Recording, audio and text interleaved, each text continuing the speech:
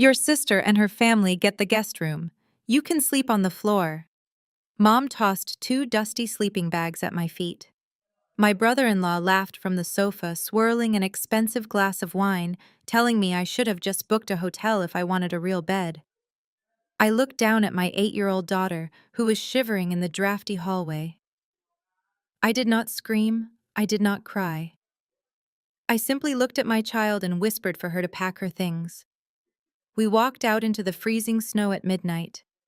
2 days later, my mother discovered exactly what I quietly canceled, leaving me 80 missed calls. My name is Alyssa, and I am 34 years old. For my entire life, I have been the designated scapegoat of my family. I am the one who was expected to absorb the financial burdens, swallow my pride, and smile through the disrespect to keep the peace. Before I continue this story, let me know where you are watching from in the comments below.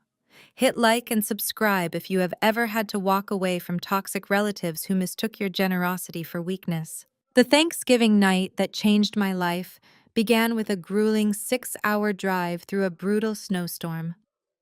The roads from New York to my mother Patricia's affluent suburban home were slick with black ice.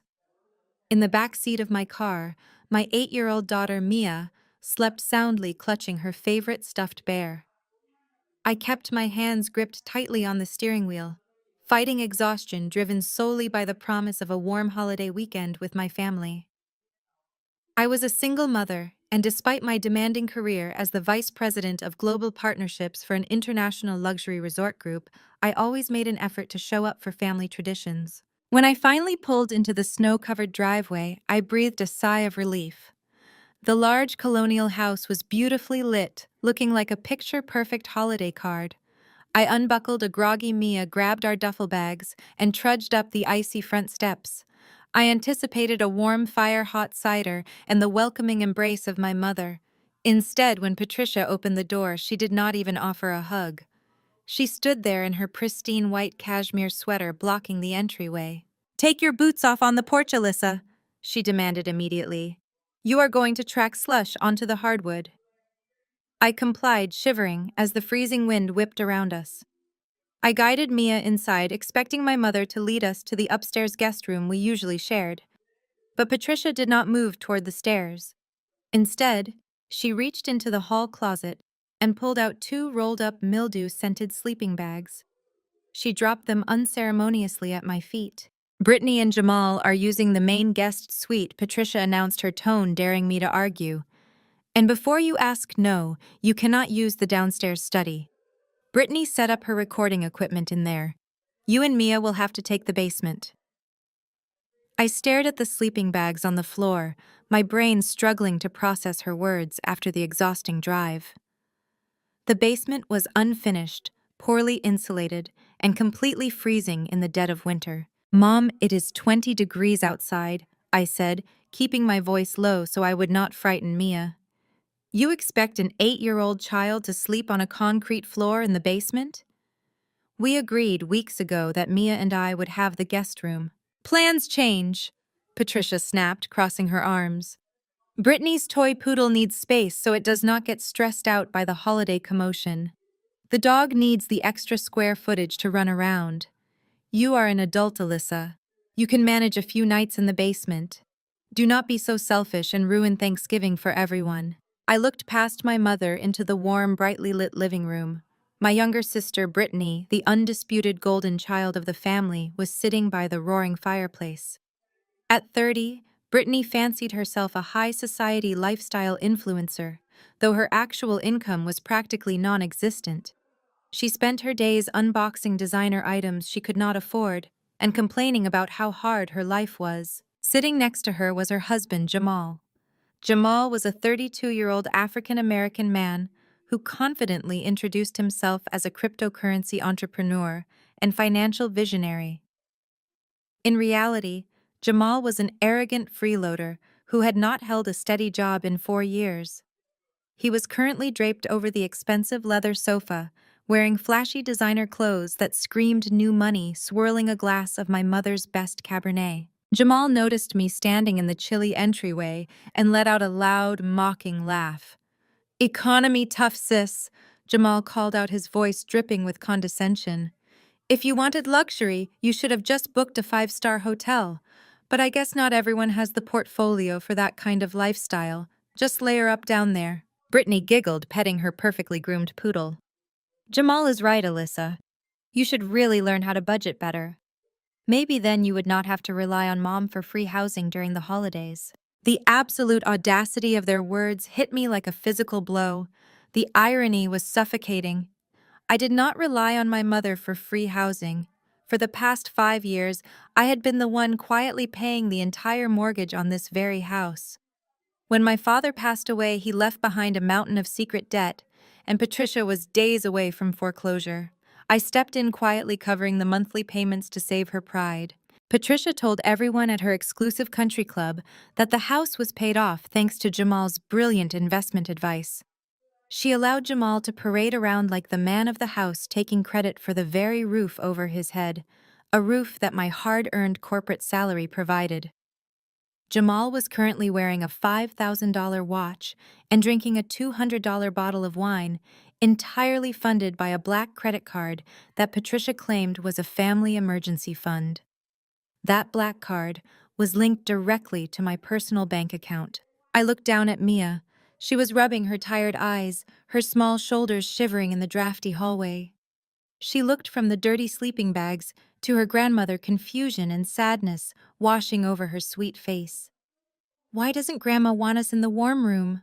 Mia whispered, her voice trembling. In that exact moment, a profound icy clarity washed over me. For years I had swallowed my pride.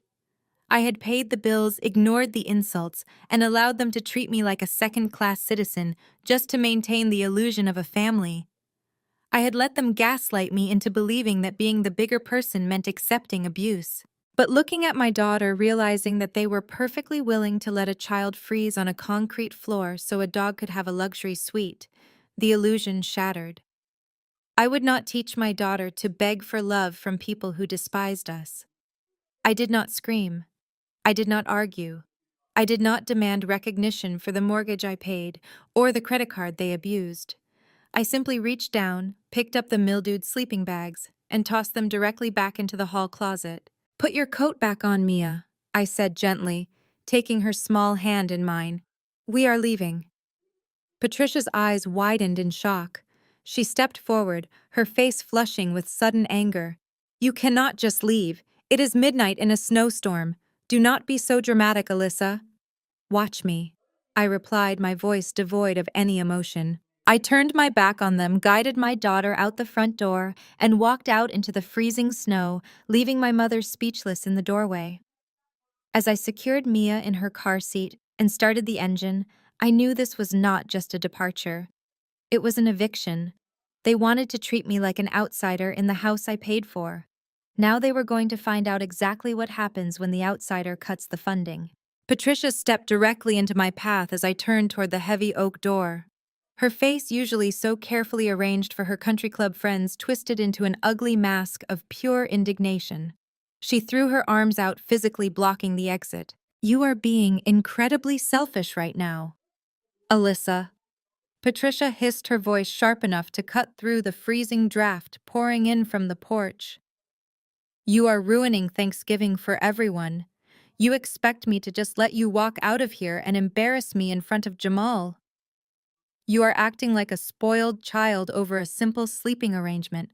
You are not walking out that door." From the living room, I could hear Jamal laughing, the ice clinking in his expensive wine glass. "Let her go," Patty Jamal called out, his tone dripping with lazy arrogance. "If she wants to throw a tantrum and freeze in her car because she thinks she is too good for the basement, let her. She will come crawling back when she realizes she has nowhere else to go." Brittany chimed in right on cue. "Honestly, Alyssa, you are so toxic. We are just trying to have a peaceful holiday." I did not raise my voice. I did not engage in their pathetic theatrical performance. I simply looked my mother dead in the eyes, pulled Mia securely against my hip, and kept walking. Patricia had to step aside or be knocked over. She chose to step aside, gasping in offended shock as I pulled the heavy front door open. "You walk out now and you can forget about coming back for Christmas." Patricia yelled into the freezing wind as we stepped off the porch. I pulled the door shut behind us, cutting off her voice entirely. The silence of the snowstorm was an instant relief. I buckled Mia into her car seat, my hands completely steady. I started the engine, blasting the heat to chase the bitter cold from the cabin. As I pulled out of the driveway, leaving the picturesque colonial house behind in a swirl of white snow, the silence in the car grew heavy. I glanced in the rearview mirror. Mia was clutching her teddy bear, her small face illuminated by the passing streetlights. Mommy, Mia asked, her voice trembling slightly. Why does Grandma not love us? Why does she always treat you so bad? The question struck me right in the chest, sharp and agonizing. For years, I had convinced myself that keeping the peace was the best thing for my daughter. I thought I was shielding her from family drama by taking the high road, by smiling through the disrespect, by allowing myself to be the designated punching bag. But Mia was incredibly observant. She saw exactly what was happening. She saw her mother being degraded, and she internalized it. By accepting their abuse, I was teaching my own daughter that we deserve to be treated like garbage. I swallowed the heavy lump of grief in my throat. I reached back and gently squeezed her knee. Grandma has a broken heart, baby, I said, keeping my voice calm and reassuring. But that is her problem to fix, not ours. And I promise you nobody is ever going to treat us like that again. Not tonight, not ever. Mia nodded, curling up under her blanket, and within minutes the gentle hum of the heater lulled her to sleep. With my daughter resting safely, the adrenaline faded, replaced by a cold, calculating clarity. I activated the Bluetooth interface on my dashboard and called the priority concierge line for my company. Working as the vice president of global partnerships for an elite luxury hospitality group had its distinct privileges. Within 3 minutes, my concierge had secured the presidential suite at a five-star hotel in downtown Manhattan. I charged the $3,000 per night rate to my personal account without blinking. Jamal was completely wrong. I did have the portfolio for luxury. I was the one who practically invented the standard for it. As I drove through the snow-covered highway, my mind replayed the sheer audacity of my mother and sister. They treated me like a financial parasite while literally living inside an illusion I paid for. I glanced at the banking app notification glowing on my dashboard display. The automatic transfer for Patricia's $5,000 monthly mortgage payment was scheduled to clear in 3 days. 5 entire years. When my father passed away, he left behind a labyrinth of debt and a final foreclosure notice. Patricia had been sobbing, terrified of losing her social standing at the country club. I had stepped in immediately using my corporate salary and strict financial discipline to bail her out. I quietly assumed the mortgage. I never asked for a thank you. I never demanded recognition. But Patricia could not handle the truth that her least favorite daughter was her savior, so she fabricated a massive lie. She told her wealthy friends, her neighbors, and our entire extended family that the house was paid off thanks to Jamal. She claimed Jamal was a cryptocurrency genius who had generated massive wealth and generously rescued the family estate. Jamal, a man who had not held a W-2 job since his 20s, happily played the part. He paraded around my property, bragging about his fictional investment portfolio, wearing luxury watches, and driving a brand new Range Rover that I had financed for the family. He treated me like a struggling, bitter single mother while literally existing on the charity of my bank account. And Patricia allowed it. She encouraged it. She gave them the master suite while handing my child a dirty sleeping bag for a concrete floor. I pulled up to the glittering entrance of the luxury hotel. The valet immediately rushed out to open my door, welcoming me by name. A bellhop carefully unloaded our bags, and a manager personally escorted Mia and me to the top floor. The presidential suite was a sanctuary of warmth featuring panoramic views of the snowy city, a roaring marble fireplace, and a bed so massive and soft that Mia barely stirred as I tucked her under the Egyptian cotton sheets. I walked into the adjoining private study and sat down at the heavy oak desk. The silence of the suite was broken only by the relentless aggressive buzzing of my phone. I pulled the device from my coat pocket. 80 missed notifications. The family group chat was exploding. Brittany had sent 10 messages calling me a dramatic psycho who hated seeing other people happy. Jamal had sent voice memos laughing about how I was probably freezing in a cheap motel. Patricia had left a blistering paragraph demanding I return immediately and apologized to Jamal for my disrespectful exit, finishing with a threat that I would not receive a single dime of family inheritance if I did not fix my attitude. I did not reply to a single message. I did not justify my departure. I simply set the phone face down on the desk. I unzipped my laptop bag and pulled out my computer. The screen illuminated the dark room, casting a pale glow across my face. I opened my secure browser and navigated directly to my central credit card management portal. I typed in my credentials, bypassed the security prompts, and accessed the master control dashboard. The time for keeping the peace was officially over. The screen of my phone lit up the darkened study of the presidential suite, vibrating relentlessly against the polished oak desk. I picked it up, watching the notifications cascade down the screen from our group chat, which my mother had unironically named Family First. I unlocked the device and scrolled through the barrage of messages. They were a masterclass in gaslighting, perfectly designed to provoke a reaction. My family thrived on my defensive responses. They wanted me to argue, to scream, to justify myself, so they could easily dismiss me as the unstable, bitter single mother they desperately needed me to be. Jamal had sent the first message. "Feel bad for you, sis. Single mom life is clearly too much pressure. It makes you mentally unstable. Walking out into a blizzard over a dog, getting the guest room. Get help. You are embarrassing yourself." Brittany immediately followed up. "Honestly, you completely ruined Thanksgiving. Mia was probably crying because you dragged her out into the freezing cold like a total psycho. Do not expect an apology from us. You need to learn how to adapt." Then came Patricia.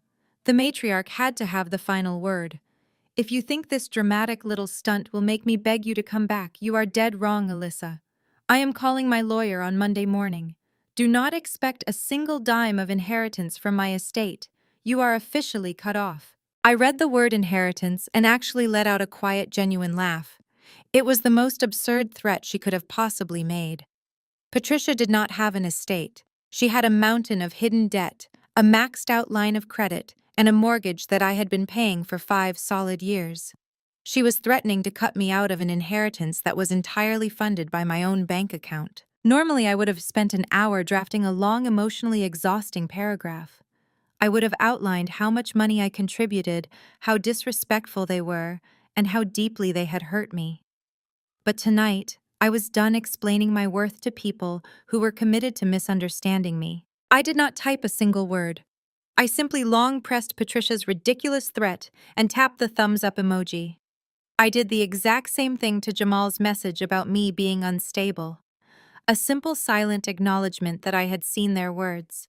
I placed the phone face down on the desk, cutting off their digital noise. I turned my attention to the glowing screen of my laptop. I was logged into the internal executive portal for my luxury resort corporation. As the vice president of global partnerships, I had access to the highest tier of our booking systems, a system that managed some of the most exclusive and expensive properties in the world. I navigated past the general dashboard and clicked on my personal reservations tab. There it was, the absolute crowning jewel of Patricia's social calendar. Her grand, highly publicized 40th anniversary vow renewal. For the past 6 months, Patricia had talked about nothing else. She had boasted to every single member of her elite country club about the lavish, no-expense-spared winter wonderland vacation awaiting them. 50 of her most wealthy, judgmental friends were invited. They were all scheduled to fly out to Aspen next week for a 7-day retreat. Patricia had proudly told everyone who would listen that her brilliant, successful son-in-law Jamal had struck gold in a cryptocurrency venture and was footing the entire bill. She claimed Jamal had bought out 15 luxury ski-in ski-out villas to honor her anniversary. She paraded him around the country club as the ultimate provider. The reality was entirely different. Jamal did not pay a single cent. Patricia did not pay a single cent. I had used my executive status to secure the absolute best villas at our flagship Aspen property during the absolute peak of ski season.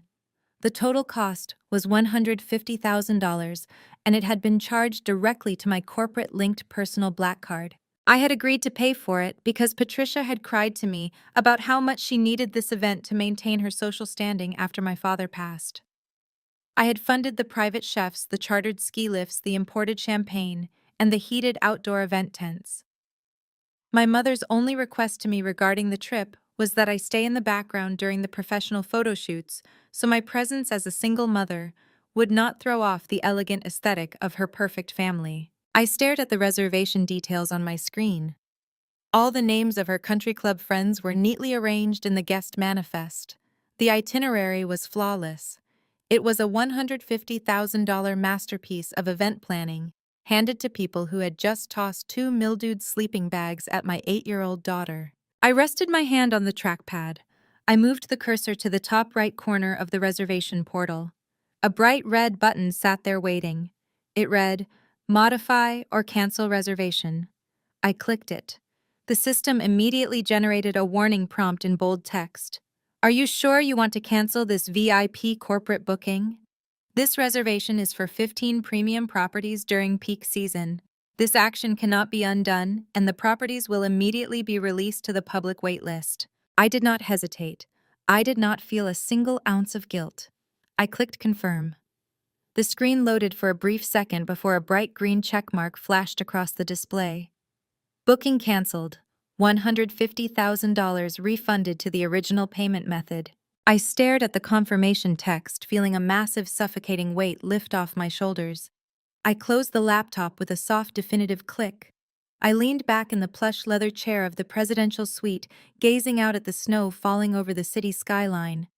A slow, satisfied smirk spread across my face. My mother and brother-in-law thought they had won the battle tonight. They thought they had successfully put me in my place.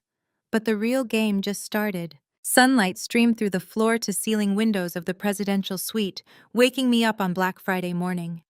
I stretched against the crisp Egyptian cotton sheets, feeling more rested than I had in months. Next to me, Mia was already awake, happily eating room-service strawberry pancakes while wrapped in a plush white hotel robe. There was no drafty basement, no dusty sleeping bags, and no sound of Brittany's toy poodle yapping down the hall. There was only peace, warmth, and the quiet realization that I had finally taken my power back. I kissed Mia on the forehead and walked into the private study with a fresh cup of coffee. I opened my laptop and pulled up my financial dashboard. Last night I had canceled the $150,000 Aspen trip. That was just the appetizer. Now it was time to cut the main lifeline. I dialed the direct concierge line for my private wealth management bank. Because of my account tier, a representative answered on the very first ring. I verified my identity and instructed the agent to pull up the supplementary black card attached to my master account. This specific card had Patricia's name printed on the front, but the monthly statements came directly to my inbox. For years, she had called it her household emergency fund. Over time, that emergency fund had morphed into daily luxury spa visits, designer handbags for Brittany, and whatever expensive tech gadgets Jamal desired. They treated my credit limit like an endless fountain of free cash. I told the banking agent I was reporting the supplementary card for misuse and requested an immediate permanent freeze. The agent asked if I wanted to issue a replacement card to the authorized user. I firmly said no. I instructed him to sever the card from my master line of credit entirely. The agent processed the request in seconds, confirming that any future transactions attempted on Patricia's card would be immediately and permanently declined. I thanked him and ended the call. Next, I opened my email client and started a new draft to my personal attorney, Marcus. The subject line was simple and direct: Asset Recovery Request. I began typing out the specifics for a legal repossession order. The asset in question was a brand new, fully loaded Range Rover. Just last month at our Sunday family dinner, Jamal had tossed the heavy leather key fob onto the dining table with a loud clatter. He had been wearing a tailored designer suit, pointing at me with his fork while lecturing me about finances. He told me that corporate drones like me would never understand real wealth. He bragged that he had made $30,000 while sleeping thanks to his cryptocurrency portfolio. He called my executive career a dead-end job, saying I was just a glorified maid for rich hotel guests. He boasted that true wealth came from being a visionary investor like him. I had stayed completely silent during that dinner, while Patricia nodded in enthusiastic agreement, telling Brittany how lucky she was to marry such a strong provider. They all conveniently ignored the massive, glaring truth. Jamal did not own a single share of cryptocurrency. He did not own a business. And he certainly did not own that Range Rover. 2 years ago, Patricia had come to my apartment crying because Jamal's old sedan had broken down. She claimed he needed a luxury vehicle to look successful and attract high net worth investors for his new startup. She begged me to co-sign a loan. I refused to co-sign, knowing his credit score was entirely destroyed. Instead, to get her to stop crying and to keep the family peace, I financed the car entirely under my name and my corporate LLC. It was legally my vehicle. I paid the massive down payment. I paid the monthly lease. I paid the premium insurance. Jamal was merely an authorized driver operating my property. I typed out the instructions to Marcus with absolute clarity. I wanted Jamal's driving authorization revoked immediately. I wanted a professional repossession team dispatched to collect my vehicle, no matter where it was parked. I hit send, watching the email vanish into my outbox. It was Black Friday. I checked the gold clock on the desk. It was 10 in the morning. I knew exactly what my family was doing right now. Patricia, Brittany, and Jamal treated Black Friday shopping like a royal procession. They would be at the luxury boutiques downtown, fueled by leftover turkey and an unwarranted sense of superiority. They would be browsing the high-end display cases, completely oblivious to the fact that the financial ground had just collapsed beneath their feet. I imagined them walking into their favorite stores. I imagined Patricia demanding VIP treatment, waving her black card around like a magic wand. I imagined Brittany pointing at expensive items, telling her mother which ones she absolutely needed for her aesthetic social media posts. I stepped away from the desk and walked over to the window, looking out at the bustling snow-covered city below. My phone chimed with a crisp, sharp alert. I picked it up. It was an automated fraud prevention text message directly from my bank. Attempted transaction declined. Card ending in 4829. Merchant Rolex Boutique. Amount $22,500. Status blocked due to account freeze. Less than a minute later, a second alert popped up on my screen. Attempted transaction declined. Card ending in 4829. Merchant Rolex Boutique. Amount $22,500. Status blocked. Then came a third alert. The exact same amount. The exact same luxury watch store. The exact same humiliating rejection. Jamal was trying to buy himself a Rolex on my dime. He was probably standing at the pristine glass counter right now, his confident, arrogant smirk slipping off his face as the cashier handed the card back with a sympathetic, pitying look. I could perfectly picture the hot embarrassment spreading across his face as Patricia tried to argue with the store manager, demanding they run the card one more time because there must be a system error. There was no system error. I set the phone down on the polished marble counter, raised my ceramic mug, and took a slow, deeply satisfying sip of my coffee. The cleanup had officially begun. I opened the social media app on my phone, curious to see how my family was handling their morning. It did not take long to find Brittany.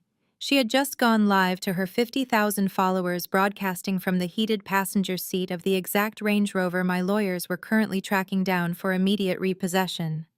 She held a venti iced latte in one hand and adjusted her oversized designer sunglasses with the other. "Get ready for the ultimate Aspen countdown, you guys!" Brittany squealed into the camera, her voice echoing through the quiet study of my hotel suite. My mom literally rented out the most exclusive VIP resort in Aspen for her 40th anniversary vow renewal. We have 50 guests coming, private chefs, ski-in ski-out villas. Everything is fully comped. Honestly, this is just what happens when your family understands real wealth. Shout out to my amazing husband Jamal for making the right investments so we can live this lifestyle. Only the absolute elite can pull this off. Do not settle for a 9-to-5, ladies. I watched her blow a kiss to the camera before the video looped. The sheer level of false confidence was staggering. She was sitting in a car she did not own, bragging about a vacation that no longer existed, funded by a man who did not have a dime to his name. I closed the app, smiling at the brilliant irony of it all.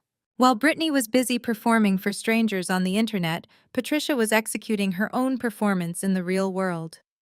Friday mornings post-Thanksgiving were sacred to my mother. She always treated herself and three of her most influential judgmental country club friends to a full day of pampering at the Platinum Lotus, the most expensive spa in the county. I knew exactly how her morning was going.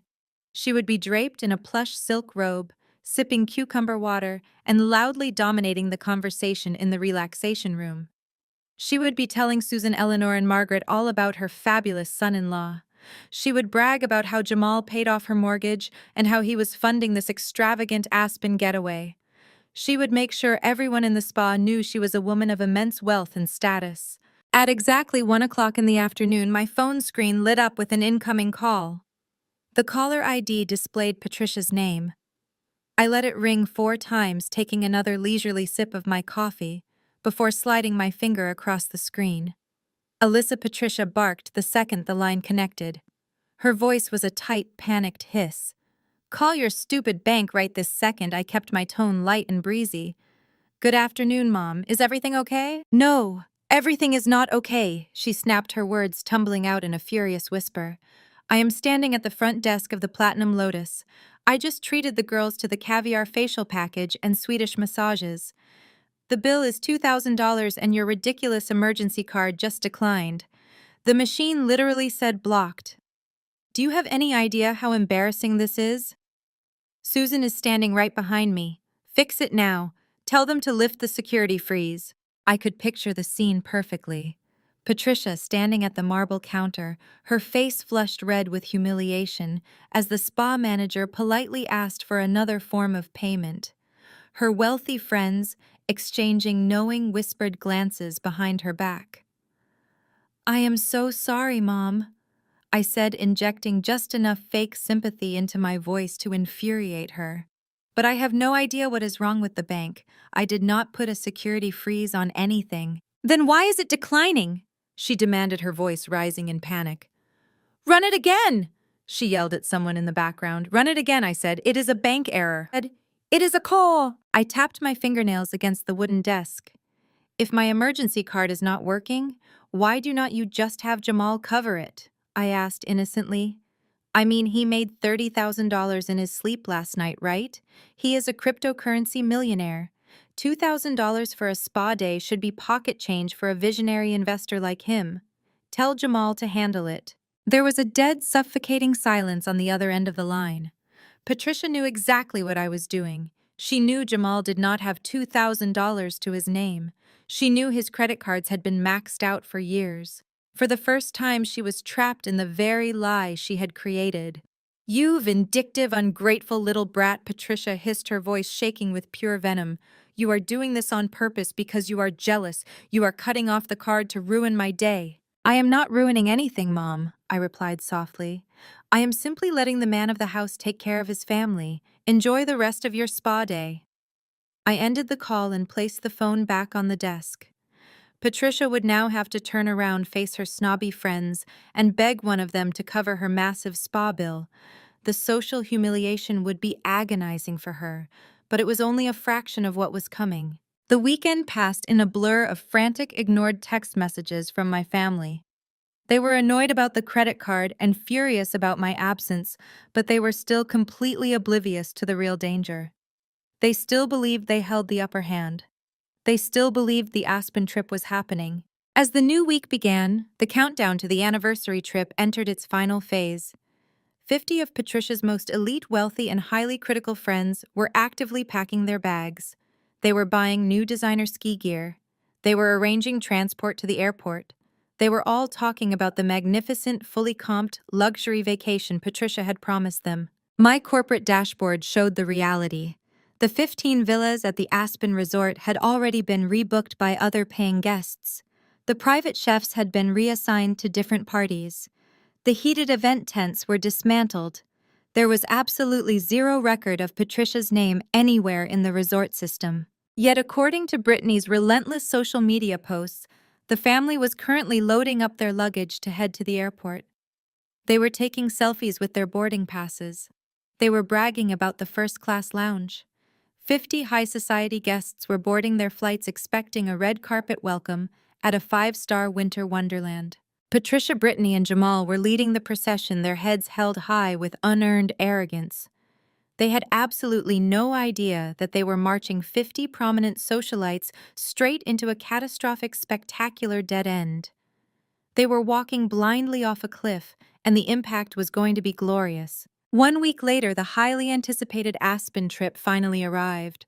I did not have to be there in person to witness the spectacular implosion of my mother's grandest illusion. As Vice President of Global Partnerships, I had full administrative access to the high-definition security cameras at all our flagship properties. I sat at my executive desk in Manhattan, sipping a fresh espresso while watching the live feed from the Aspen Resort VIP reception lobby. The audio feed was crystal clear, picking up every sound in the expansive room. The heavy oak and frosted glass doors swung open. Patricia strutted in first, acting as though she owned the mountain. She was draped in a massive, obnoxious white fur coat, wearing oversized Gucci sunglasses indoors. Brittany and Jamal flanked her like loyal bodyguards.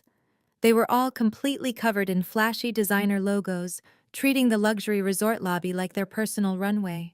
Behind them trailed 50 of Patricia's most judgmental country club friends. These were people who thrived on gossip, social hierarchy, and destroying reputations. They had paid for their own expensive flights under the strict promise that Patricia and Jamal were footing the bill for a week of unparalleled luxury. They dragged heavily packed suitcases, loudly complaining about the altitude and demanding immediate service from the bellhops. Patricia marched straight up to the VIP concierge desk. She did not wait in line. She bypassed a waiting family and slammed her gloved hand down on the polished mahogany counter. "I am Patricia," she announced, her voice echoing off the vaulted timber ceilings. "I am here for my VIP 40th anniversary block. We require the keys to our 15 presidential villas immediately. Have the imported champagne sent up to the main lodge, and I want the general manager to personally escort my group." The desk agent, a meticulously trained professional named Julian, offered a polite, practiced smile. He tapped his keyboard. "Welcome to Aspen, ma'am. Let me pull up that itinerary for you. You said the reservation is under Patricia?" "Yes," Patricia snapped, waving her hand impatiently. "Hurry up, my guests are tired." Julian typed for a few seconds. His polite smile remained, but his brow furrowed slightly. "I apologize, ma'am. I am not seeing any reservations under your name." Patricia scoffed loudly, ensuring the 50 guests behind her could hear every word. "Obviously, it is under my son-in-law's name.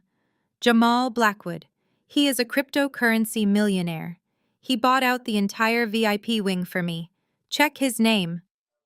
Jamal stepped forward, puffing out his chest and adjusting the collar of his designer ski jacket. He offered Julian a condescending smirk.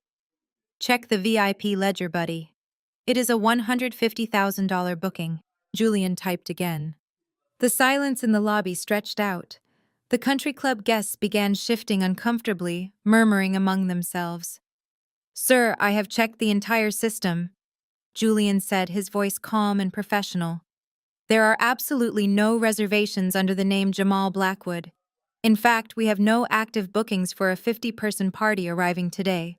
Patricia's face turned a dangerous shade of crimson. Brittany immediately pulled out her phone, holding it up high to record the interaction for her followers. "This is completely unacceptable," Brittany yelled at the camera. "We are literally at the most expensive resort in Aspen, and their system is completely broken. Look at this terrible customer service." Patricia slammed her hand on the desk again, much harder this time. The loud smack made several guests jump in surprise. "Do you have any idea who I am? We flew all the way here on private charters. I have 50 elite guests standing in your lobby.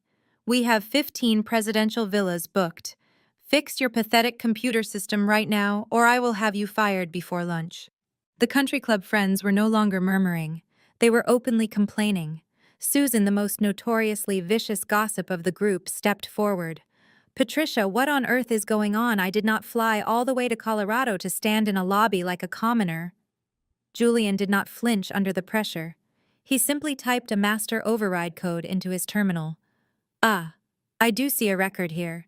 There was a corporate booking for 15 presidential villas for this exact date range. Patricia let out a loud, dramatic sigh of relief, turning back to her friends with a triumphant smile. See, I told you. These incompetent workers always need to be yelled at to do their jobs properly. She turned back to Julian, crossing her arms. Well, give us our keys. I cannot do that, ma'am, Julian replied, his voice dropping to a cold, authoritative tone. As I stated, this is a past record. The entire block of 15 villas was manually cancelled and fully refunded 5 days ago. The villas have already been rebooked by other paying guests. We are currently at 100% capacity. There are no rooms available for your party. The entire lobby went dead silent. The 50 guests stared at Patricia in absolute shock. Cancelled! Patricia screamed, her voice cracking with hysteria. What do you mean cancelled, Jamal? Tell him to fix it. Tell him you paid for it. Jamal opened his mouth, but no words came out. His arrogant posture deflated instantly. He looked frantically at the desk, then at the angry crowd of rich socialites standing behind him. This is a mistake, Patricia shrieked, pointing a trembling finger at Julian. You cancelled my reservation by mistake. I will sue this entire resort. I want the name of the person who cancelled my trip right now. Julian did not argue. He did not apologize. He simply took hold of the large computer monitor and swiveled it completely around so the bright screen faced Patricia, Jamal, and Brittany. I leaned closer to my own monitor, watching the security feed as Patricia leaned in to read the text. The letters were massive and highlighted in red. Status canceled. Refund issued $150,000. Authorized by corporate headquarters. Account holder, Vice President of Global Partnerships, Alyssa Wilson. Patricia froze completely. Her eyes widened in absolute horror as she read my name. All the color drained from her face, leaving her looking pale and suddenly very old. Brittany lowered her phone, her mouth hanging open in silent shock. Jamal took a physical step backward, bumping directly into Susan. Susan adjusted her glasses and read the screen aloud for the rest of the group to hear. Alyssa Wilson. Patricia, is that not your older daughter? The one you always say is a struggling, bitter single mother. Why is her name on the corporate account? I thought Jamal paid for this. The realization hit the crowd of elite guests like a massive shockwave. Jamal did not pay for this trip. Patricia did not arrange anything. They had been bragging for months about a lavish vacation funded entirely by the daughter they constantly belittled and degraded behind her back. And that same daughter had just left them stranded in the freezing mountains with 50 angry wealthy people and nowhere to sleep. Patricia fixed this immediately, Susan demanded, her voice dripping with venom. Book us new rooms right now. Put it on your card. Patricia swallowed hard, terror flashing in her eyes. She knew her card was frozen. She knew Jamal was broke. They were standing in one of the most expensive zip codes on Earth without a single dollar of usable credit between them.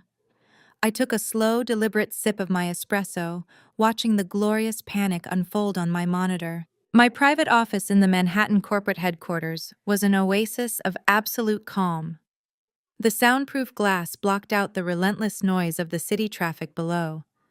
I sat back in my ergonomic leather chair, my hands steepled together, watching the high-definition security feed from the Aspen Resort lobby. On my monitor, the scene was rapidly devolving from shock into pure, unadulterated panic.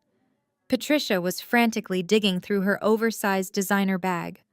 Her hands were shaking so violently that she dropped her expensive sunglasses onto the polished stone floor. She completely ignored them. She finally yanked her smartphone out of the depths of her purse, her face a rigid mask of desperate fury. A second later, the private cell phone resting on my mahogany desk began to vibrate. The caller ID flashed brightly on the screen. Patricia. I let it ring. Once, twice, 3 times. I took a slow, deliberate breath, centering myself. I wanted her to sweat. I wanted the silence in that Aspen lobby to stretch out until the tension became absolutely unbearable. On the fourth ring, I tapped the screen and accepted the call. I kept my voice incredibly light, projecting the polished, untouchable demeanor I used in high-stakes boardroom negotiations. "Good afternoon, Patricia," I said smoothly. "Listen to me, you worthless little witch!" Patricia shrieked into the phone. Her voice was so loud I had to hold the device slightly away from my ear. "I do not know what kind of pathetic game you think you are playing, but you are going to fix this system error right now. Do you hear me? I have 50 VIP guests standing in this freezing lobby. You are going to get on your little computer, you are going to fix whatever glitch you caused, and you are going to get us our keys." I glanced back at the security feed. Patricia was holding her phone out in front of her, pointing the bottom of the device toward the crowd. She had actually put me on speakerphone. Her ego was so massive, so completely blinding, that she thought she could use this moment to show off her dominance. She wanted Susan, Eleanor, Margaret, and all the other country club socialites to hear her put me in my place. She wanted them to witness her commanding the situation like a true matriarch. It was the greatest gift she could have ever given me. "I'm afraid there is no system error, Mom," I replied, my voice projecting clearly through the speaker of her phone, echoing off the high timber ceilings of the Aspen Lodge. "Do not lie to me!" Patricia screamed, stomping her designer boot against the floor. "The manager just said the rooms were canceled. Fix it!" I leaned forward, my tone dropping into a deadly icy calm. I enunciated every single syllable so that all 50 people in that lobby would hear me perfectly. "The system is not broken. I canceled the reservations manually. I completely revoked the booking for the 15 presidential villas, and I reclaimed my $150,000 payment. The refund is already sitting safely in my corporate account." The silence that fell over the Aspen lobby was absolute. On the security feed, I saw 50 heads snap toward Patricia in perfect unison. "What are you talking about?"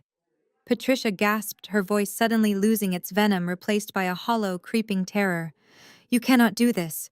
Jamal paid for this trip. You are just jealous." "We both know Jamal has not paid for a single thing in his entire life," I said smoothly, letting the absolute truth ring out for her entire social circle to hear. "Jamal is completely broke. I paid for this vacation. I funded the villas, the private chefs, and the heated event tents. I did it because you begged me to help you maintain your precious social standing. But then I realized something over Thanksgiving. I paused, letting the heavy weight of the moment hang in the frigid mountain air. I decided that an unstable, bitter single mother, who does not even deserve a bed in the guest room, should not be financing your luxury lifestyle. I figured a woman who gets thrown out into a blizzard over a toy poodle should probably keep her hard-earned money to herself, so I cut the cord. The reaction from the crowd was instantaneous. Susan, the undisputed queen of their country club gossip ring, stepped forward. Her eyes were wide with a mixture of shock and predatory delight. Patricia Susan demanded, her voice sharp and accusatory. "Did Alyssa pay for this trip? Have you been lying to us this entire time?" Eleanor chimed in from the back, waving her boarding pass in the air. "She told everyone Jamal was a cryptocurrency millionaire. She swore he rented the entire VIP wing for us. She does not even have rooms for us," another guest yelled indignantly, dropping his heavy ski bag onto the floor. "We flew all the way out here on our own dime for absolutely nothing." On my screen, Patricia looked like she was going to be physically sick. Her meticulously crafted illusion of wealth and superiority was crumbling to dust in front of the exact people she was desperate to impress. Her mouth opened and closed, but she had absolutely no defense. The undeniable truth was staring her right in the face. Suddenly, Jamal lunged forward. He shoved Patricia aside and snatched the phone from her trembling hands. His face was twisted in a mixture of profound embarrassment and violent, desperate rage. "You absolute psycho!" Jamal roared into the speaker. His deep voice boomed through the lobby, drawing the attention of the resort security guards stationed near the entrance. "You think you can just pull the rug out from under us? You think you can embarrass me like this? I am going to destroy you." I will sue you for breach of contract. I am calling my lawyers right now, and we are going to take everything you have." I let out a soft, genuine laugh. It was a cold, highly amused sound that echoed right back at him through the speaker. "Sue me for what, Jamal?" I asked sweetly. "For canceling a corporate vacation booked under my own name with my own corporate credit card. You do not have a contract. You do not have a lawyer. You do not even have a working credit card to buy a Rolex, do you?" Jamal froze completely. His eyes darted around the lobby in pure panic as he realized I knew all about his failed, humiliating shopping spree at the boutique. "Oh, and Jamal," I added, ensuring my voice was crisp and clear. "You might want to figure out a new way to get home. By the time you land back in the city, that brand new Range Rover you have been driving will already be gone. I revoked your driving authorization this morning. The repossession tow trucks have already collected it." Before he could scream another useless, empty threat, I reached out and tapped the red button on my screen. I disconnected the call, plunging the Aspen lobby back into total chaos. I sat back in my plush leather chair, taking another sip of my espresso. I watched the silent security feed as 50 furious stranded guests began to completely surround Patricia and Jamal. They were demanding answers, demanding hotel accommodations, and demanding immediate reimbursement for their expensive flights. The resort manager was already picking up his radio to call security to clear the lobby. The false confidence was dead. The panic had officially begun. The sharp click of the disconnected call echoed loudly through the Aspen lobby, amplifying the absolute silence that had fallen over the crowd. Through the high-definition security feed on my office monitor, I watched the immediate aftermath of my departure. Jamal stood frozen, staring down at Patricia's phone in his hand, as if the device itself had physically burned him. The color had completely drained from his face, leaving him looking sickly and small beneath his oversized, heavily branded ski jacket. For a few seconds, no one moved. The 50 elite country club guests, draped in their cashmere and fur, simply stared at the family they had once envied. Then Jamal's survival instinct kicked in. It was the same arrogant, foolish instinct that had allowed him to fake his way through life for years. He shoved the phone back at Patricia and puffed out his chest desperately, trying to salvage his shattered ego in front of the wealthy audience. He forced a loud, booming laugh that sounded entirely unnatural. "Who do you think you are?" Jamal yelled at the ceiling, pretending I was still on the line, acting as though my hanging up was a sign of weakness rather than a declaration of war. "You think we need your money? You are nothing." He turned around to face the crowd of restless, whispering guests. He raised his hands in a placating gesture, flashing his signature salesman smile. "Listen, everyone. Please remain calm." Jamal announced, his voice dripping with forced bravado. "My sister-in-law has always been a deeply jealous, unstable woman. She is just trying to create drama because she is miserable in her own life. But do not worry. You are rolling with a visionary investor. I told you I was going to take care of you, and I am going to take care of you. We do not need her charity." Jamal spun around and marched right back up to the mahogany concierge desk. He leaned over the counter, glaring down at Julian. "Find us rooms," Jamal ordered, speaking slowly and aggressively. "I do not care if you have to kick other people out. I want 15 of your best available suites right now, and put the entire group's tab on my personal tab." With a theatrical flourish, Jamal reached into his jacket pocket, pulled out a heavy black credit card, and slammed it down onto the marble counter. I leaned closer to my monitor, a wide, genuine smile spreading across my face. I recognized that card instantly. It was the supplementary black card with Patricia's name printed on the front. The exact same card I had permanently frozen and reported for misuse on the morning of Black Friday. Jamal was so utterly clueless about his own family's finances that he actually thought Patricia's magical emergency fund was still active. Julian, maintaining the icy, unflappable professionalism of a high-end luxury hotel manager, did not argue. He picked up the heavy metal card, tapped a few keys on his terminal, and swiped it through the reader. A sharp, flat, electronic beep echoed through the lobby. It was the universal sound of a declined transaction. Julian looked at the screen, his expression completely blank. He looked back up at Jamal. "Sir, this card has been declined." Jamal's confident smile faltered. He let out a nervous chuckle, glancing over his shoulder at the 50 guests who were now watching him like hawks.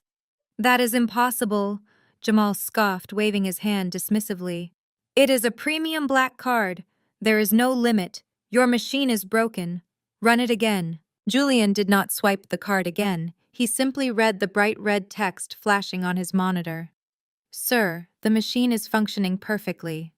The terminal indicates that this specific account has been permanently locked due to suspected fraud and misuse. The issuing bank has instructed us to confiscate the card if presented. Julian smoothly slid the black card under the counter, dropping it into a secure lockbox. The word fraud ripped through the lobby like a gunshot. The country club women gasped audibly. Susan stepped forward, her eyes narrowing as she glared at Patricia. Fraud! Susan repeated loudly, ensuring every single guest heard the word. You brought us here on fraudulent credit cards. Patricia looked like she was going to pass out. She grabbed the edge of a leather armchair to steady herself, her mouth opening and closing without producing a single sound. Brittany rushed forward, grabbing Jamal's arm. Jamal, fix this, she hissed frantically. Use your crypto accounts. Use your investment cards. Do something. You are embarrassing me. Jamal was sweating now. Actual beads of perspiration were forming on his forehead, despite the chilly mountain air drafting in from the entrance. He frantically dug into his wallet, pulling out a handful of his own personal credit cards. He slapped a platinum Visa down on the counter. Use this one, Jamal demanded, his voice cracking slightly. Julian swiped the Visa. Beep, declined. Try this one, Jamal shouted, slamming down a gold American Express. Julian swiped it. Beep, declined. Run this one, Jamal yelled, his hands physically shaking as he tossed a silver rewards card across the marble. Julian swiped it. Beep, declined.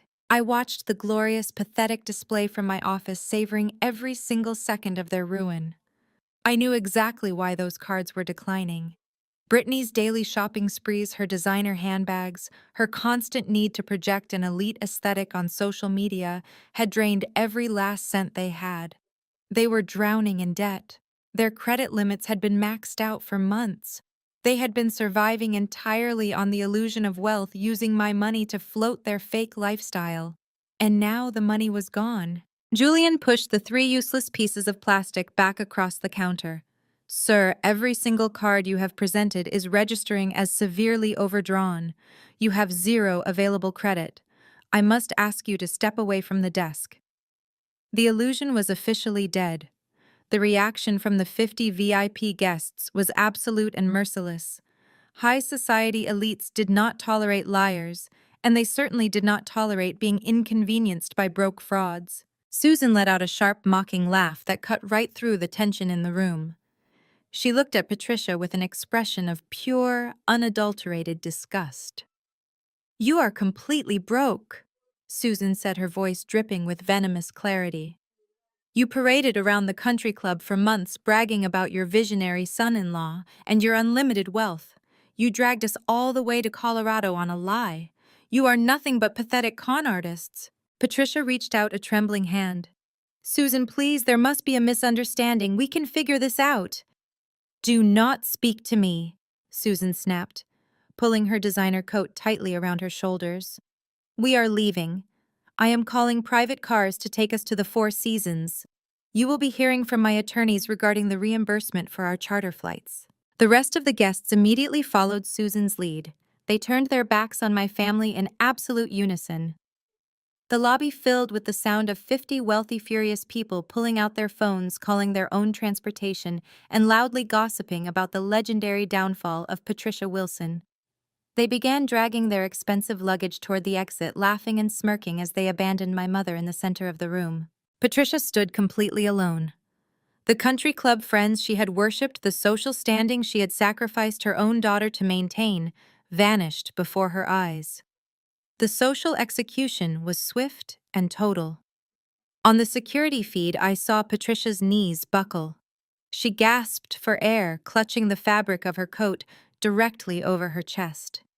Her eyes rolled back, and she physically collapsed, dropping heavily onto one of the plush velvet sofas in the center of the lobby. The heavy silence of the lobby pressed down on the three of them. Through the security camera feed, I watched as Patricia struggled to catch her breath. Her chest heaved beneath her absurdly large white fur coat. The 50 guests she had desperately tried to impress were gone, leaving behind only the echo of their rolling suitcases and mocking laughter. Brittany knelt beside our mother, fanning her with a glossy resort brochure, her own face streaked with ruined mascara. Jamal stood a few feet away, staring blankly at the marble floor, completely paralyzed by the catastrophic failure of his own con. Julian, the incredibly patient desk manager, stepped out from behind his mahogany counter. He approached the velvet sofa with a posture of practiced authority. He did not offer Patricia a glass of water. He did not ask if she needed medical attention. He simply clasped his hands in front of him and delivered the fatal blow. "Ma'am," Julian said, his voice carrying perfectly across the empty reception area. "This is a private VIP lounge reserved exclusively for registered guests. Since all your payment methods have been declined and your original booking was canceled by the account holder, I must ask you to secure a new form of payment immediately. If you cannot produce a valid card to cover a reservation, you will need to vacate the premises." The words snapped Brittany out of her panic. She sprang up, pointing an acrylic fingernail at Julian. "You cannot kick us out. It is freezing outside. We have nowhere to go. My husband is a millionaire." She spun around to face Jamal, grabbing the front of his jacket. Jamal stopped standing there like an idiot. "Transfer your crypto funds. Call your broker. Book the presidential villa in cash right now. Show this guy who we are." Jamal swallowed hard. His Adam's apple bobbed nervously. He pulled his phone from his pocket, his hands shaking so violently he almost dropped it. The truth was finally cornering him. Jamal was not a cryptocurrency visionary. He had never been an elite investor. 3 years ago, he had convinced Patricia to take out a massive second mortgage on her home, promising her a guaranteed return on a brilliant new digital coin. He had dumped every single penny of her money, along with his own meager savings, into what turned out to be an incredibly obvious Ponzi scheme. The creators vanished overnight, taking everything. Since that day, Jamal had been frantically covering his tracks. He opened high-interest credit cards, took out predatory personal loans, and secretly siphoned money from my corporate accounts whenever I left a card unattended. He had been playing a desperate game of musical chairs with crushing debt, terrified of the day the music would stop. Now the music was dead silent. "I need to make a call," Jamal mumbled, pulling away from Brittany's grip. He paced toward the large panoramic windows, pressing the phone to his ear. I turned up the audio feed on my dashboard. Jamal was calling his so-called investment buddies, the men he supposedly made thousands of dollars with every week. "Hey, Marcus," Jamal whispered frantically into the receiver. "Man, I am in a bind. I am out in Aspen and my accounts are temporarily frozen. I need you to wire me 10 grand. Just until Tuesday. I will pay you back double." There was a pause, then a loud scoffing laugh echoed through the phone's speaker. 10 grand, Marcus replied, his voice dripping with amusement. "Bro, you owe me $4,000 from last year. Your car just got repossessed this morning. Everyone in the city knows you are broke. Do not ever call this number again." The line went dead. Jamal frantically dialed another number, his breathing turning ragged. "Hey, Leo, it is Jamal. I need a massive favor. Just a quick wire transfer to cover a hotel block. I am good for it, you know me." "No, I do not know you," Leo answered coldly. "You are a fraud, Jamal. You owe half the neighborhood money. Stop calling people." Jamal lowered the phone. His broad shoulders slumped in absolute defeat. He turned back to face his wife and mother-in-law. He had no more lies to spin. He had no more fake confidence to project. He walked slowly back to the sofa, looking everywhere but at Brittany's expectant face. "I cannot get the funds to clear," Jamal muttered, his voice barely a whisper. "The banking network is down. We cannot stay here." Brittany let out a shrill, piercing scream of frustration. She slapped his chest, her designer rings catching on his jacket. "What do you mean we cannot stay here? We have no cars. We have no hotel. We are in the middle of a mountain." Patricia groaned, burying her face in her hands. This is a nightmare. This is absolute social suicide. I can never show my face at the club again. Julian had seen and heard enough.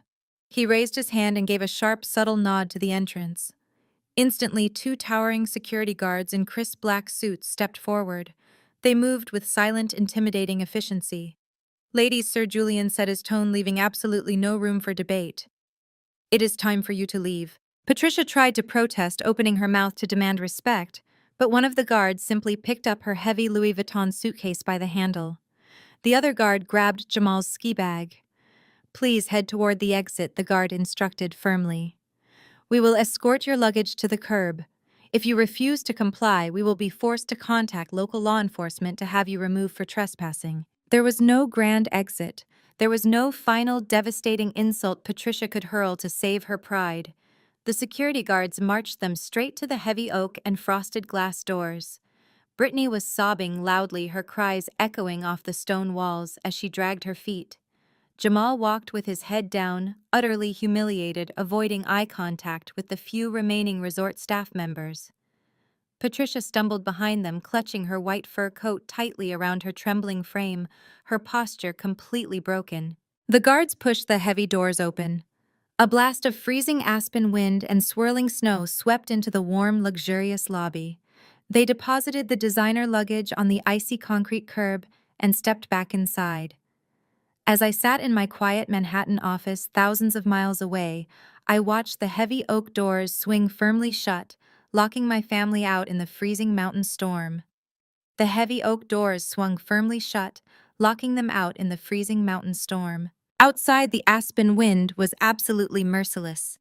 The temperature was plunging rapidly into the single digits, and thick wet snow was beginning to fall, heavily coating the immaculate resort driveway in a layer of slippery white slush. Patricia, draped in her absurdly large white fur coat, instantly began to shiver violently. Her designer heels slipped on the icy concrete as she stumbled away from the entrance, completely stripped of her previous arrogance. Brittany clutched her arms tightly around herself, her teeth chattering so loudly I could hear it through the exterior security microphones. She looked at Jamal, her mascara completely smeared down her pale, freezing cheeks. Jamal was frantically tapping on his phone, his thumbs swiping aggressively across the screen as he tried to find any available motel in the area. Find something! Brittany sobbed, stomping her designer boots against the pavement to stay warm. A Motel 6, a Holiday Inn, a hostel, anything. I cannot freeze to death out here on the curb. Jamal's hands were shaking so violently he nearly dropped his phone into a snowbank. I am trying, he snapped, his voice tight with panic. Every single card is declining on the booking apps. I cannot even get a $20 deposit to clear. I am completely locked out of everything. Patricia let out a dramatic wail, leaning heavily against a frozen stone pillar for support. My friends are sleeping in the Four Seasons right now, and I am standing on a curb like a common vagrant, she cried, pulling her coat tighter around her neck. This is a nightmare. Do something, Jamal. The crunch of heavy tires on fresh snow interrupted their pathetic pity party. A massive industrial tow truck, its bright amber lights flashing piercingly through the storm, backed slowly into the VIP parking circle. It bypassed the line of luxury sedans and headed straight for the sleek black Range Rover that Jamal had paid a private transport service to drive up from the city just to impress Patricia's country club friends. Jamal's head snapped up. His eyes widened in absolute horror as the tow truck driver lowered the hydraulic lift right in front of the Range Rover's customized bumper. "Hey, Jamal!" yelled, his voice cracking with desperation. "Hey, get away from that! What do you think you are doing?" Jamal sprinted across the icy driveway, slipping twice and nearly falling before reaching the truck. The driver, a burly man in a heavy, high-visibility jacket, stepped out of his warm cab. He held a metal clipboard and looked completely unbothered by Jamal's aggressive, flailing approach. "Are you Jamal Blackwood?" the driver asked in a bored, monotone voice. "I am the owner of that vehicle," Jamal barked, puffing out his chest and trying to look intimidating. "You touch it, and I will have you arrested for grand theft auto. Step away from my car, right now." The driver let out a dry, raspy chuckle. He tapped his pen against the metal clipboard. Actually, buddy, you are not the owner. I have a court-certified repossession order right here. The driver turned the clipboard around so Jamal could see the bold black text. Legal owner is listed as Alyssa Wilson under the Global Partnership's corporate fleet, and I have a direct expedited order from her to recover this asset immediately due to severe financial fraud risks. Back in my Manhattan office, I watched the entire exchange through the high-definition body camera feed worn by the repo agent streaming directly to my desktop monitor. I had anticipated this exact scenario. Jamal loved that Range Rover more than he loved his own wife. It was the ultimate prop in his fake millionaire lifestyle. I had purchased that car 2 years ago as a company vehicle. I foolishly let them use it under the strict condition that they pay the insurance and maintenance. They had not paid a single dime in 6 months. Jamal slapped the clipboard out of the driver's hand. It clattered loudly onto the icy pavement. "That is a lie," Jamal screamed, spit flying from his mouth as his temper flared. "She gave me this car. It is mine. Brittany, get the keys. We are leaving right now." Brittany fumbled desperately in her designer bag, pulling out the silver key fob with trembling fingers. But before she could take a single step off the curb, the sharp, piercing chirp of a police siren cut through the howling mountain wind. A local Aspen police cruiser pulled swiftly into the circular driveway, its red and blue lights reflecting brightly off the falling snow. 2 uniformed officers stepped out into the storm. They looked incredibly stern, entirely unamused by the wealthy-looking people causing a public disturbance outside a luxury resort. "Is there a problem here, Gary?" the lead officer asked the tow truck driver, resting his hand casually on his utility belt. "Just a standard corporate repo," Officer Gary replied calmly, picking up his clipboard from the slush. "But this gentleman is getting physically aggressive and refusing to let me hook up the asset." Jamal spun around to face the cops, his sense of entitlement completely blinding him to the reality of the situation. "He is trying to steal my car," Jamal yelled, pointing a trembling finger at Gary. "Arrest him. Do your jobs. I know the chief of police in this town." The lead officer did not flinch. He walked slowly toward Jamal, his expression hardening into stone. "Sir, I have already reviewed the legal paperwork for this repossession. The vehicle belongs to a corporate fleet. You are not the registered owner and you have zero legal right to this vehicle.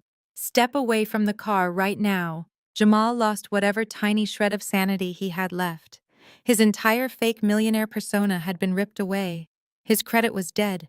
His mother-in-law's social standing was ruined. And now his ultimate status symbol was being dragged away on a flatbed truck in front of the police. He lunged forward, grabbing the heavy steel chain of the tow truck to physically stop Gary from hooking it to the Range Rover's front axle. "You are not taking it!" Jamal roared, his voice echoing wildly off the mountain peaks. The lead officer moved with lightning speed. He grabbed Jamal by the back of his expensive ski jacket, spinning him around forcefully and slamming him hard against the icy side of the Range Rover. The metallic click of handcuffs echoed sharply in the crisp, freezing air. Jamal Blackwood, the officer, commanded, his voice ringing with absolute authority. "You are interfering with a lawful repossession. If you resist me one more time, you are going straight into the back of my cruiser for assault and obstruction of justice. Put your hands behind your back." Jamal froze instantly. The fight drained completely out of his body as the cold steel pressed against his wrists. He squeezed his eyes shut, letting out a pathetic whimpering sob of total defeat. Behind him, Brittany completely lost her grip on reality. She dropped her expensive handbag directly into a dirty puddle of gray slush. She fell to her knees in the freezing snow, throwing her head back and screaming in pure hysterical despair. The shrill sound of her crying blended perfectly with the howling mountain wind. Patricia just stood frozen on the icy curb, watching her golden family crumble into absolute humiliating ruin, shivering uncontrollably in the storm.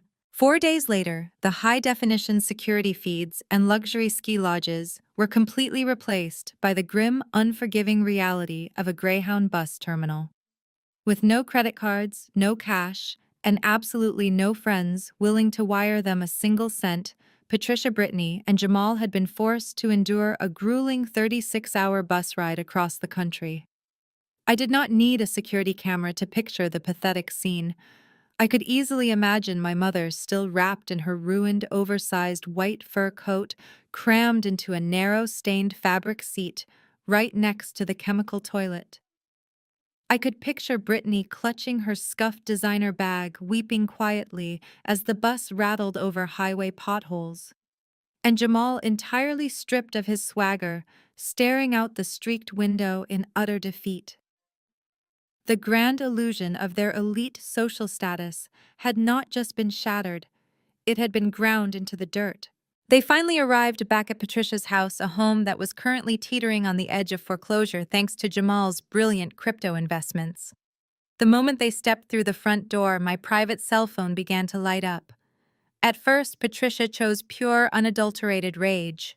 My screen filled with a barrage of frantic, venomous text messages. "You are an absolute monster.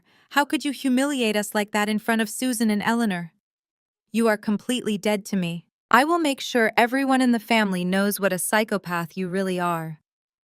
I sat at my desk in Manhattan, sipping a fresh espresso, watching the angry messages scroll past. I did not type a single letter in response. Silence is the absolute worst punishment for a narcissist. It deprives them of the oxygen and attention they desperately need to keep fighting. By the second day, the crushing silence had clearly broken her. The arrogant rage evaporated rapidly, replaced by a cloying, desperate panic. The text messages stopped and the lengthy tear-soaked voicemails began.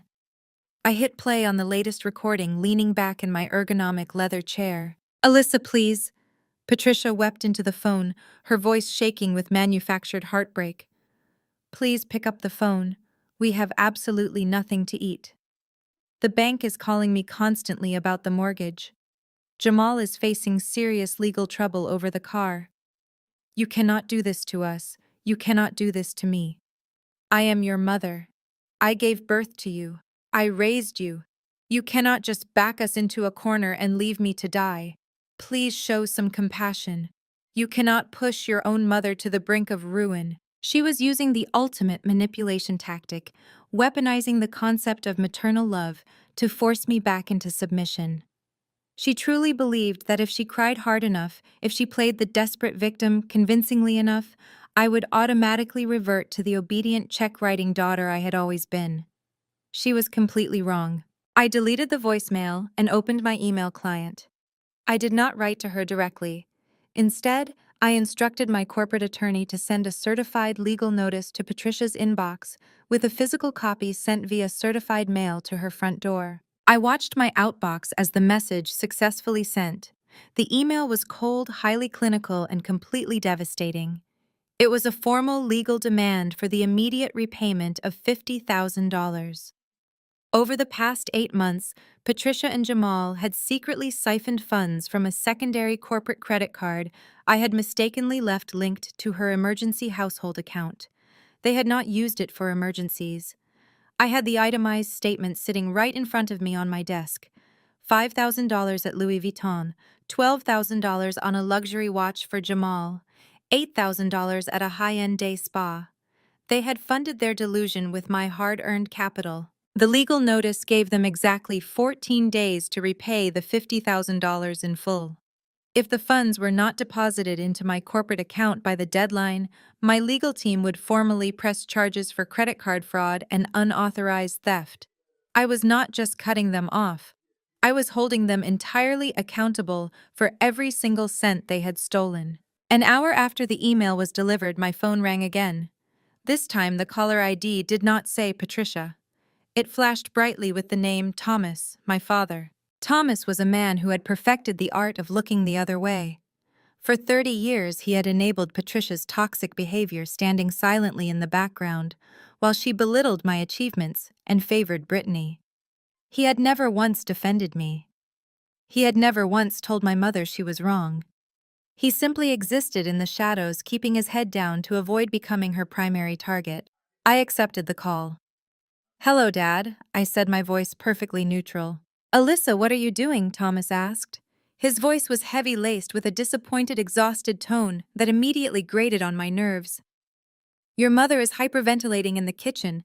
She just showed me the legal letter. $50,000. Pressing criminal charges. Do you have any idea what this stress is doing to her health? I remained completely silent, letting him speak. I know you are angry, Thomas continued, mistaking my silence for hesitation. I know they made some bad choices with the credit cards, but you are taking this entirely too far. She is your mother, Alyssa. Family is family. You have made your point, but this is just pure cruelty. You are being completely ruthless. You need to drop this lawsuit right now and help us figure out a payment plan for the house. He was doing exactly what he had always done. He was demanding the scapegoat set herself on fire to keep the golden child warm. He wanted me to absorb the financial damage so he would not have to deal with Patricia's daily tantrums. I leaned forward, resting my elbows on the mahogany desk. Cruel? I asked, my voice dropping to a quiet, razor-sharp whisper. Yes, cruel. Thomas sighed heavily. You are destroying this family over money. Let me ask you a very simple question, Dad, I said, cutting him off completely. When I was 19 and I had to work 3 separate jobs just to pay for my community college tuition because Mom drained my entire college fund to pay for Brittany's extravagant destination wedding in Cabo, where was your concern for family then? The line went dead silent. When I was eating instant noodles in a freezing apartment while you and Mom bought Jamal a Rolex for his birthday, did you pull Mom aside and call her cruel? I continued, my voice steady and unyielding. Did you ever even once, in 30 years, tell Patricia that the way she treated me was ruthless? Thomas opened his mouth to speak. A faint, pathetic stammering sound came through the receiver, but no actual words formed. He was completely trapped in his own hypocrisy. I am not destroying this family, Dad, I stated, delivering the final undeniable truth. I am simply refusing to fund its delusion any longer. You have exactly 14 days to find the $50,000. I strongly suggest you start packing. I tapped the red button ending the call and set the phone face down on my desk. My phone barely rested on the mahogany wood for 3 seconds before the screen illuminated again. Thomas was calling back. He was persistent, driven by the absolute panic radiating from Patricia in their kitchen.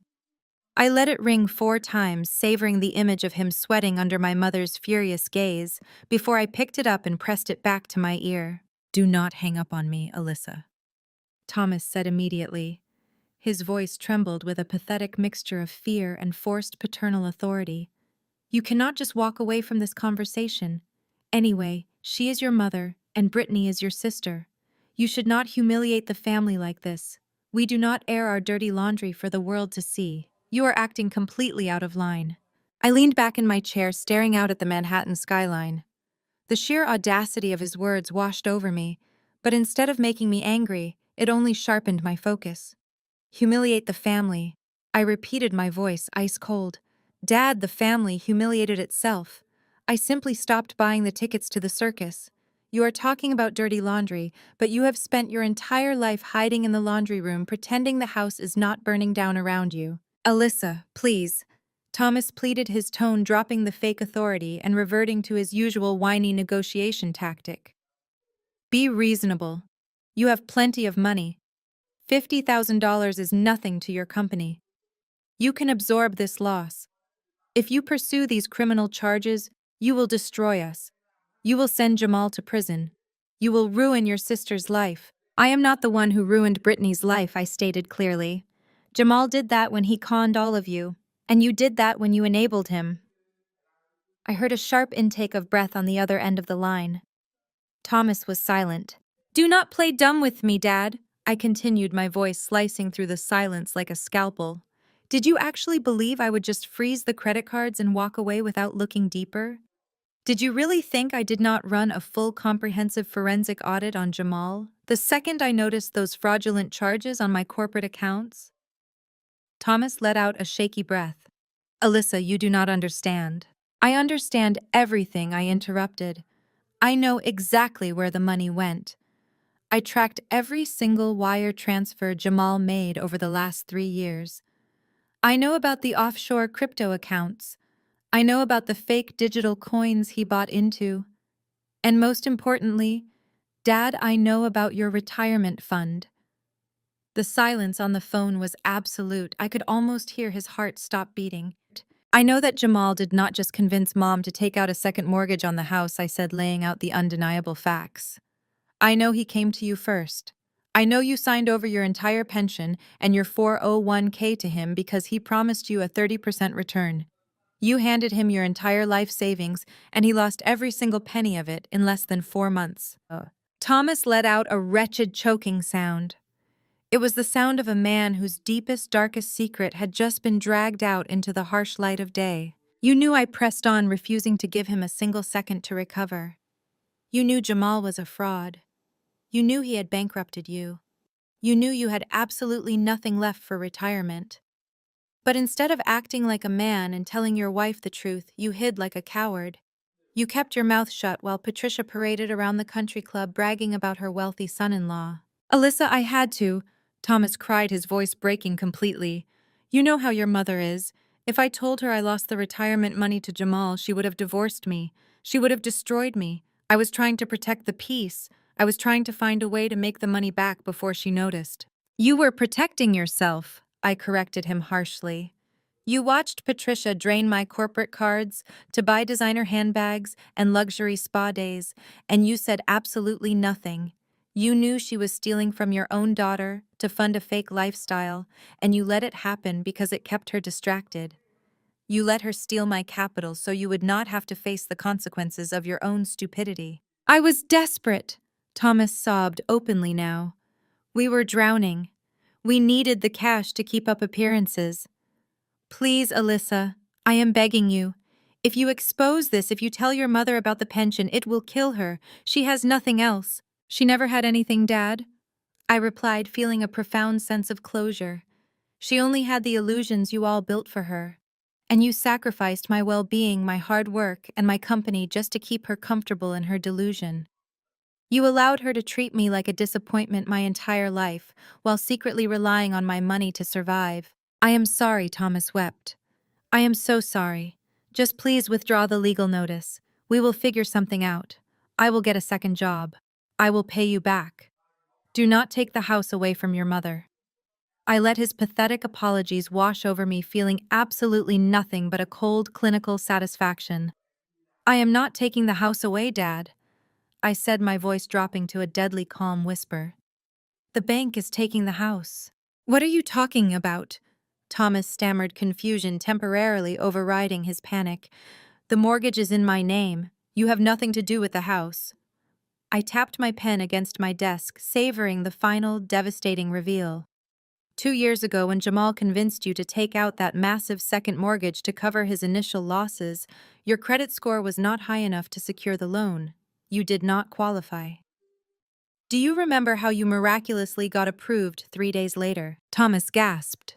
Patricia called me, I explained slowly, ensuring he understood every single word. She cried about needing a temporary co-signer just to push the paperwork through. She swore Jamal was going to pay it off in 6 months. I was still foolish enough to crave her approval back then, so I signed the documents. I became the primary financial guarantor on your home.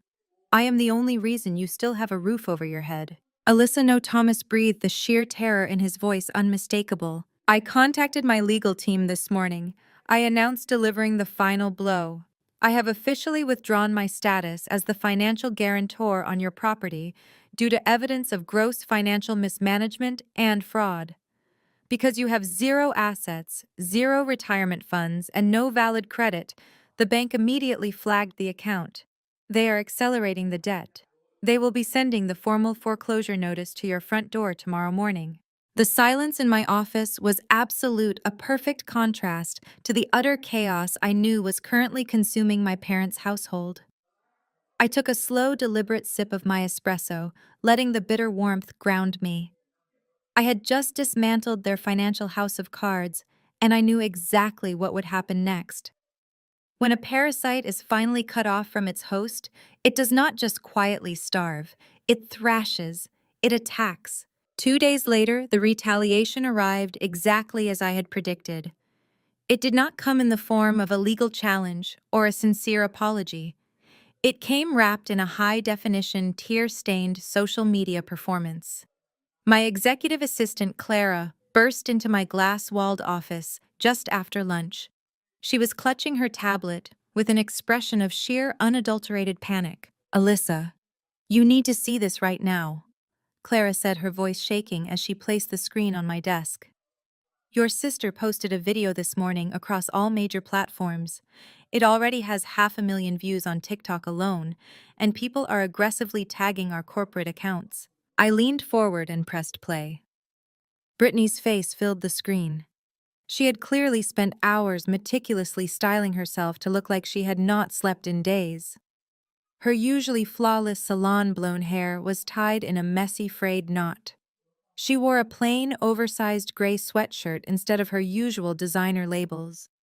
She stared directly into the camera, her eyes perfectly welling with calculated, glistening tears. "Hi, everyone," Brittany began, her voice trembling with practiced fragility. "I never thought I would have to make a video like this, but my family is in immediate danger and I have nowhere else to turn. My older sister, Alyssa Wilson, the CEO of Global Partnerships, is trying to completely destroy us." Brittany wiped a single dramatic tear from her cheek, staring soulfully into the lens. Alyssa has always been jealous and controlling, but now that she is a highly successful executive, she has become an absolute monster. Yesterday, she sent a ruthless repo team to physically assault my husband Jamal and steal his car right out from under him. And why? Because Jamal is a black man who dared to be successful without her permission. She could not stand seeing us happy, so she used her expensive corporate lawyers to fabricate a racist fraud claim and take everything he worked for. The frame shifted, showing Jamal sitting on their living room couch. He had his head buried in his hands, playing the role of the broken, persecuted family man to absolute perfection. "But that is not even the worst part," Brittany choked out, pulling a piece of paper into the frame. It was the bank's official foreclosure notice. Alyssa is a millionaire, but she just legally forced the bank to foreclose on my elderly parents' home. She is throwing our mother and father out onto the street in the middle of a freezing winter, just out of pure malicious spite.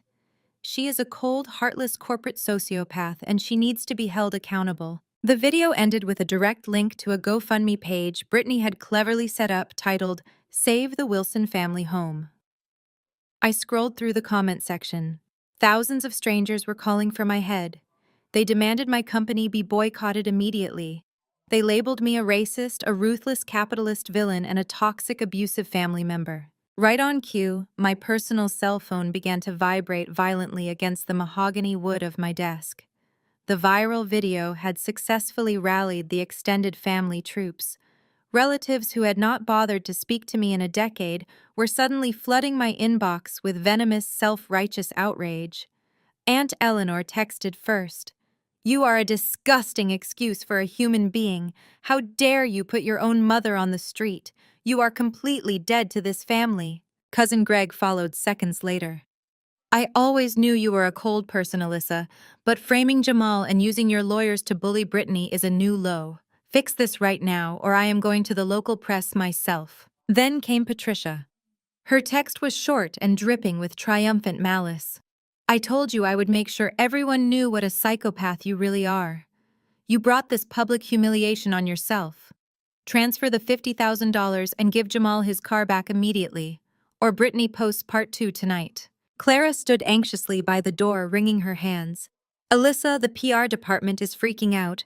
Our main corporate inbox is getting flooded with hate mail. A few of our minor clients have already emailed asking for clarification on the racism and fraud allegations. Marcus wants to draft a press release immediately. We need to issue a formal apology or at least a public statement denying the claims. This is escalating too fast." I looked at Clara, then back at the paused image of Brittany's crying face on the tablet. They really thought this would work. They thought public shame would force me into immediate submission. They thought I would panic, write a massive check to make the bad press disappear, and quietly retreat into the shadows while they played the triumphant, vindicated victims. They assumed I would cower to protect my corporate image. They had completely underestimated who they were dealing with. We are not issuing an apology, Clara. I said, my voice perfectly steady and devoid of any anxiety. And we are not writing a defensive press release. You can go back to your desk. I will handle this entirely on my own. Clara looked hesitant, but nodded, backing out of the office and pulling the heavy glass door shut behind her. Alone in my office, the chaotic noise of the city completely muffled by the thick soundproof glass, I picked up my porcelain teacup. I took a slow, calming sip of my Earl Grey tea. I felt absolutely no fear. I felt no shame. I only felt the cold, undeniable thrill of a steel trap finally snapping shut. I turned to my dual monitor setup. I did not open social media to argue in the comments. I did not record a weeping, emotional response video to plead my case to strangers. Instead, I opened a secure, encrypted cloud drive I had meticulously compiled over the last 8 months. Inside the drive was a master folder. It contained everything. It held the high-definition, unedited body camera footage of Jamal attempting to physically assault the repo driver while screaming about how I bought the car for him. It held the irrefutable, certified bank statements showing exactly where Jamal had wired my father's stolen retirement funds. It contained the itemized credit card receipts proving Patricia and Jamal had spent $50,000 of my corporate funds on luxury resorts, designer bags, and high-end restaurants, not basic survival. It held the forged loan documents Patricia had illegally submitted to the bank using my signature. And finally, it held the crystal-clear audio recordings of Patricia's unhinged voicemails, openly admitting she drained my college fund and demanding I continue to pay for their lavish, fake lifestyle. I had anticipated Brittany's predictable smear campaign the very moment I decided to cut them off. Narcissists never go down quietly. They always run to the nearest audience to cry wolf. I copied the shareable link to the master folder. I pasted it directly onto my company's official public blog, pinned it to the top of my personal social media profiles, and replied to Brittany's viral video with a single, devastatingly simple caption. For anyone interested in donating to Brittany's GoFundMe, please review the attached legal and financial documentation of their active criminal fraud first. Proceed at your own risk. I moved my mouse over the screen. Without a single ounce of hesitation or regret, I firmly clicked public. The link went live instantly across every platform I possessed. I did not stop there. I compiled a mass email list containing every single relative who had spammed my inbox with their self-righteous vitriol over the past hour. I added the contact information of every prominent member of my mother's beloved country club, including Susan and Eleanor, whose email addresses I had saved from organizing Patricia's charity luncheons years ago. I dropped the link into the BCC line, hit send, and watched the digital bomb detonate. I sat perfectly still in my quiet, soundproof office, watching the analytics dashboard light up. I did not feel the need to jump into the comment sections to defend myself. I did not write a single accompanying paragraph of explanation. The truth does not require an emotional defense. It stands entirely on its own. Inside that public repository, there was absolutely no room for interpretation, manipulation, or debate. The first subfolder was dedicated entirely to Jamal. Beside the vehicle registration proving I was the sole legal owner of the Range Rover, preventing any false claims of racist theft, I uploaded the heavily itemized credit card statements Brittany had never bothered to review. Highlighting the specific transactions was incredibly easy. Jamal had not just been buying luxury watches. He had been actively funding a 22-year-old college student in Miami. The statements showed recurring charges for boutique hotels, direct cash transfers labeled as tuition assistance, and expensive receipts for designer lingerie. All of it was paid for using my stolen corporate funds while Brittany sat at home bragging to her followers about her devoted, wealthy husband. The second folder was curated specifically for Patricia. Over the years, my mother had treated me as her personal administrative assistant, forcing me to manage her digital calendar and sync her devices. She was entirely ignorant of how cloud backups worked. I had exported hundreds of her private text messages. I made sure to prominently feature the screenshots where Patricia viciously mocked the very women she played tennis with. There were brutal messages calling Eleanor a desperate aging cow with terrible plastic surgery. There were texts referring to Susan's husband as a cheap, pathetic loser who could barely afford their club dues. There were long, toxic threads complaining about how irritating and backward our extended family was, labeling her own sisters and cousins as tacky burdens dragging down her elite social image. But the final folder was the true centerpiece. I titled it The Golden Childhood. It contained a series of stark, high-resolution photographs I had taken years ago before moving out. Pictures of Brittany's massive sunlit bedroom overflowing with toys, electronics, and expensive clothes. And right next to them, the photos of my designated living space. The damp, unfinished concrete basement. The single thin sleeping bag laid out next to the humming water heater. The tiny space heater plugged into an exposed extension cord surrounded by boxes of holiday decorations. It was the raw, undeniable visual proof of exactly how the loving, victimized Wilson family treated their scapegoat behind closed doors. The internet moves with terrifying speed when presented with undeniable receipts. Within 20 minutes, the entire narrative violently inverted. My phone, which had been buzzing nonstop with hate mail, suddenly went dead silent from my relatives. Instead, the notifications shifted entirely to the social media platforms. Brittany's comments section, previously a unified echo chamber of support, turned into an absolute slaughterhouse. I opened her page and watched the destruction happen in real time. Her followers were vicious. They flooded her crying video with links to the drive. They tagged her sponsors. They demanded to know why she was crying for public donations while her husband was busy spending stolen corporate money on a sugar baby in Florida. I watched her follower count begin a rapid, irreversible freefall. People do not like being lied to, and they especially loathe being scammed out of their own money. The GoFundMe page she had linked was mass reported for fraud and suspended within the hour. Two major fashion brands that sponsored her influencer content issued public statements on their pages, severing all ties immediately and citing a zero-tolerance policy for fraudulent behavior.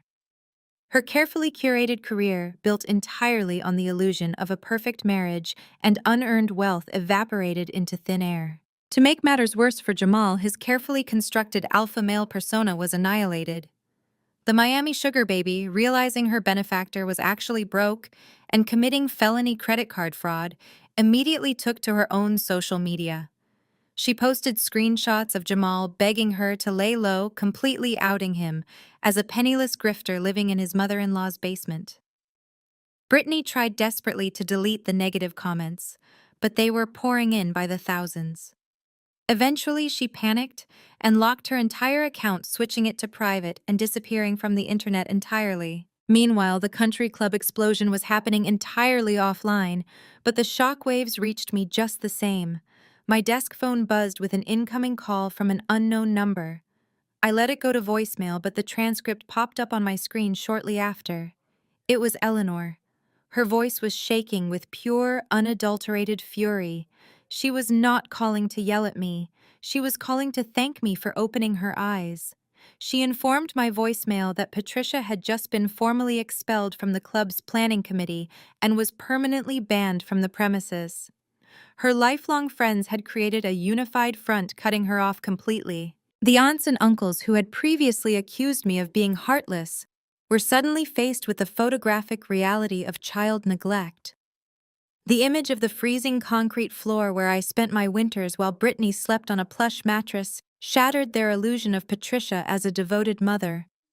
The relatives who had cursed my name just an hour ago were now turning their rage directly onto Patricia. They flooded the family group chat, demanding explanations for the sleeping bag, the stolen money, and the vile insults. My mother's phone was undoubtedly melting down as her sister's cousins and supposedly inferior relatives unleashed years of pent-up resentment after reading exactly what she thought of them. She was entirely exiled, stripped of her fake prestige, and left with nothing but the ugly truth of her own making. I took another sip of my tea, feeling the warm liquid soothe my throat. The storm was raging wildly outside my office windows, tearing their lives down to the studs. They had demanded a public spectacle, and I had simply given the audience the script. The digital fallout was instantaneous, but the physical blowback took exactly 48 hours to arrive at my doorstep. Or rather, it arrived at the pristine marble floors of my corporate headquarters. I was in the middle of a quarterly strategy review when Clara's voice crackled through the intercom. She sounded breathless, her usual professional composure completely fractured. "Alyssa," she said, her voice tight with panic. "Your mother and Jamal are in the main lobby. They pushed past the security turnstiles and are causing a massive disturbance. They are demanding to see you immediately." I did not rush. I calmly closed my laptop, excused myself from the meeting, and returned to my office. I picked up my cell phone and dialed a specific number I had kept on speed dial for the past 3 days. I spoke for less than 30 seconds, confirming the timing. Then I adjusted my tailored blazer and headed for the private glass elevator. The main lobby of Global Partnerships was designed to project absolute corporate tranquility. It was a cavernous expanse of white stone floor-to-ceiling windows and hushed professional efficiency. Today it sounded like a dive bar brawl. As the elevator doors slid open, the sheer volume of Jamal's screaming echoed off the marble walls. He was red-faced, a thick vein pulsing furiously in his neck, leaning aggressively over the main reception desk. Patricia stood right behind him, waving her hands frantically, playing the role of the outraged, victimized matriarch to absolute perfection. She was clutching her designer handbag like a shield, screeching at the terrified receptionist about lawsuits, defamation, and destroyed reputations. "I want her down here right now," Jamal roared, slamming his heavy fist against the reception desk. "She is a liar. She planted those fake bank statements to ruin my life, and I'm going to sue this entire company into the ground. Call her down here before I go up there and drag her out myself." I stepped out of the elevator. I was not alone. Flanking me were two of our largest corporate security directors, both men standing over 6 feet tall with expressions of stone. Walking slightly behind them, dressed in a sharp gray suit, was Detective Rollins. He was a senior investigator with the Financial Crimes Division, and we had become very well acquainted over the past few weeks. I walked directly toward the chaotic duo, the sharp click of my heels echoing through the sudden silence of the lobby as the staff noticed my arrival. "You have exactly 1 minute to state your business before you are forcibly removed for trespassing," I said. My voice was perfectly level, slicing through the tension like a razor. Jamal whipped around, his eyes blazing with a toxic mixture of humiliation and unhinged rage. "You set me up," he snarled, taking a heavy, intimidating step forward. "You fabricated those receipts. You hired someone to hack my accounts. You ruined my marriage and my reputation. I want a public retraction right now, and I want compensation for the damages you caused my brand." Patricia pushed her way forward, her face twisted in an ugly snarl. "You wicked, vindictive girl," she hissed. "Brittany is practically catatonic in bed. Your father's country club friends are treating us like lepers. You will write Jamal a check for his pain and suffering, and you will take down that disgusting website today, or I swear I will ruin you." I did not flinch. I did not step back. I looked at Jamal's sweating, desperate face, and then at my mother's delusional, frantic eyes. I felt a profound sense of pity for how small they truly were. Everything I posted was the absolute verified truth. I stated, my voice echoing clearly for the entire lobby to hear. "You spent $50,000 of my stolen corporate funds on a 22-year-old college student in Miami. You lost my father's entire pension in fraudulent offshore crypto schemes. I did not ruin your life, Jamal. I just turned on the lights." Jamal lost whatever tiny shred of sanity he was clinging to. "I am going to destroy you," he roared, lunging forward with his massive hands balled into fists. He did not make it 2 steps. Detective Rollins stepped smoothly around me, stepping directly into Jamal's path while flashing a gold badge. The 2 security guards instantly flanked him, creating an impenetrable wall. Jamal froze in his tracks. The arrogant, aggressive swagger evaporated in a fraction of a second, instantly replaced by the sheer, paralyzing terror of a cornered animal. "Jamal Davis." Detective Rollins said, his voice deep and commanding, ringing out in the dead silent lobby. "You are under arrest." "What?" Jamal stammered, stepping backward, his hands flying up in a defensive gesture. No, you have it wrong." She is the one harassing me. She is lying. You are under arrest for multiple counts of wire fraud, identity theft, and grand larceny. Rollins continued pulling a pair of heavy steel handcuffs from his belt. We received a very comprehensive, fully documented file from the FBI's cyber division yesterday morning. It seems the offshore accounts you used to funnel stolen retirement funds flagged several federal violations. Put your hands behind your back. Patricia shrieked. It was a high, piercing sound of absolute horror. This is a mistake, she cried out, grabbing Jamal's arm as if she could physically pull him away from the law. My son-in-law is a legitimate investor. He is a wealthy man. Alyssa is making this all up to hurt us. Ma'am, step back immediately or you will be charged with interfering with an arrest, Rollins warned sharply. One of the security guards stepped forward gently but firmly, separating my hysterical mother from Jamal. Jamal was spun around and shoved firmly against the cold marble wall. The sharp metallic click of the handcuffs locking around his wrists echoed through the lobby. He did not fight back. He completely collapsed into himself, his knees buckling slightly as the reality of his future finally crushed him. I stood perfectly still, resting my hands in the pockets of my trousers. I watched the color drain entirely from Jamal's face as the detective read him his rights.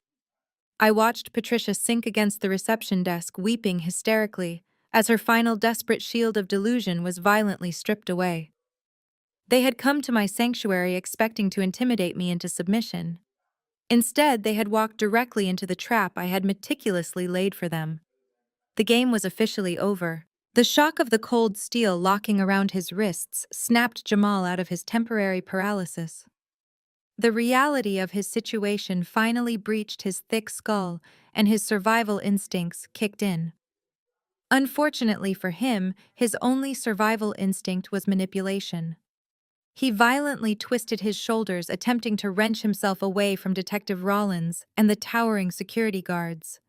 His chest heaved as he projected his voice across the expansive, echoing marble lobby, ensuring every single employee and bystander could hear him. "This is a targeted setup," Jamal roared, his face contorted in a mask of righteous indignation.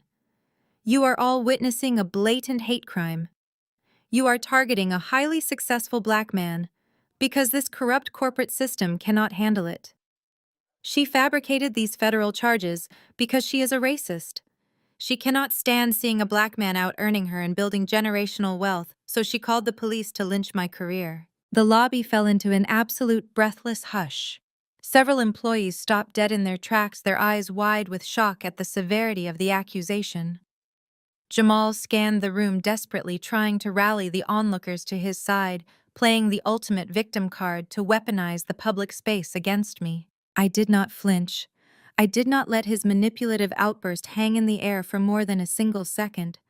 I stepped forward, my heels clicking sharply against the stone floor, closing the distance until I stood precisely 2 feet away from his sweating, desperate face. I looked him dead in the eyes, my expression a mask of absolute glacial indifference. "You stole from single mothers," I stated, my voice slicing through the silence like a scalpel, projecting clearly to every corner of the room. "You conned your own father-in-law out of his entire life savings and pension. And you used my corporate credit cards to buy Hermes bags for a 22-year-old college student in Miami. No victim card is going to save you from federal prison, Jamal." The sheer factual weight of my words stripped the oxygen right out of his lungs. Jamal's mouth opened and closed silently, the self-righteous fury instantly replaced by cornered panic. He had nothing left to say. But the true impact of my statement did not land on Jamal. It landed on the woman standing frantically just a few feet away. "What did you just say?" Patricia whispered. Her voice was brittle, devoid of its usual booming authority. She pushed past one of the security guards, completely ignoring Jamal now, and locked her horrified, wide eyes onto my face. The designer handbag she had been clutching like a weapon slipped from her grasp, hitting the floor with a dull thud. "The pension," Patricia demanded, her hands trembling violently. "What do you mean he conned the pension? Thomas's retirement is secured in a conservative municipal bond fund. Thomas handles all of our long-term accounts." I turned my attention entirely to my mother. For 32 years, this woman had systematically broken me down, mocked my ambitions, and elevated a con artist above her own flesh and blood because he bought her expensive champagne and flattered her ego. Now she was going to hear the exact price of her delusions. Thomas gave Jamal full, unrestricted control of your entire retirement portfolio. 8 months ago, I explained delivering the devastating truth with brutal clinical precision.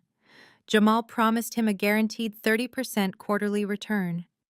Instead of investing it, Jamal wired every single penny of your life savings into a fraudulent offshore cryptocurrency shell company to cover the massive losses he incurred trying to fund your luxury lifestyle. The money is gone, Mom. It has been gone for months. You are completely bankrupt. Patricia's face drained of all color, leaving her skin an ashen, sickly gray. She slowly turned her head, fixing her gaze on the man currently wearing federal handcuffs. The golden son-in-law she had paraded around the country club, the man she had used to constantly humiliate and diminish me, was shrinking under her stare. "Tell me she is lying," Patricia shrieked, her voice cracking into a guttural, desperate wail. "Jamal, look at me. Tell me you did not touch our money." Jamal refused to make eye contact. He stared fixedly at the marble floor, his shoulders hunched defensively. "It was just a temporary dip in the market liquidity," he mumbled, his voice weak and pathetic. "I was going to cycle it back before the annual tax reporting. It was a secure bet." Patricia unleashed a sound I had never heard before. It was a primal, furious scream that echoed off the high glass ceilings. She lunged forward, her manicured hands extended like claws aiming directly for Jamal's face. "You stole my life," she screamed, completely abandoning her refined country club persona. "You thief! You ruined me!"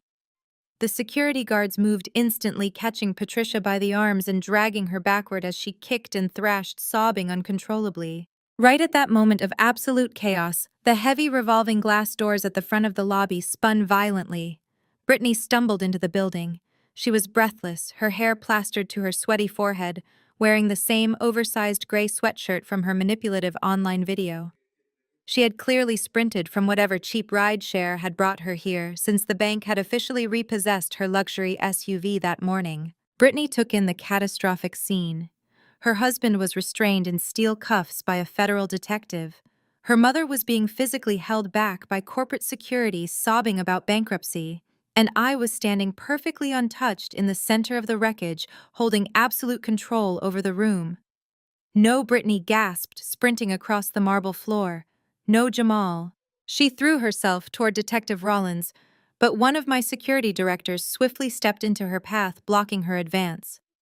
Brittany spun around, locking her desperate, tear-filled eyes on me. All of her arrogant golden child entitlement, the smug superiority she had worn like a crown her entire life, had completely evaporated. She was broken. "Alyssa, please!" Brittany begged, collapsing to her knees right there on the cold stone floor. Her voice dissolved into pathetic, gasping sobs. "I am begging you, you cannot do this. Drop the charges. Tell them it is a misunderstanding. If he goes to prison, my life is completely over. I have no money. I have no car. The bank is taking my house. I have absolutely nowhere to go. Please, Alyssa, I am your sister." I looked down at her. I searched the deepest corners of my heart for even a fraction of an ounce of sympathy, a shred of familial obligation. There was absolutely nothing there but the cold, clinical satisfaction of justice. "I am not pressing the charges, Brittany," I stated smoothly, my voice devoid of any emotion. "The federal government is pressing the charges. I simply provided the documentation they required. Your husband built a life entirely on fraud, and you gladly spent the stolen money to fund your fake influencer fantasies while treating me like trash. You wanted a luxury lifestyle without putting in the hard work. Now you are going to have to face the real world." Detective Rollins firmly gripped Jamal by the bicep. "Let us go," Rollins ordered, marching the disgraced con artist toward the main exit. Jamal shouted empty, desperate threats over his shoulder, but nobody cared to listen. Patricia slumped against the reception desk, weeping hysterically about her ruined reputation and her empty bank accounts.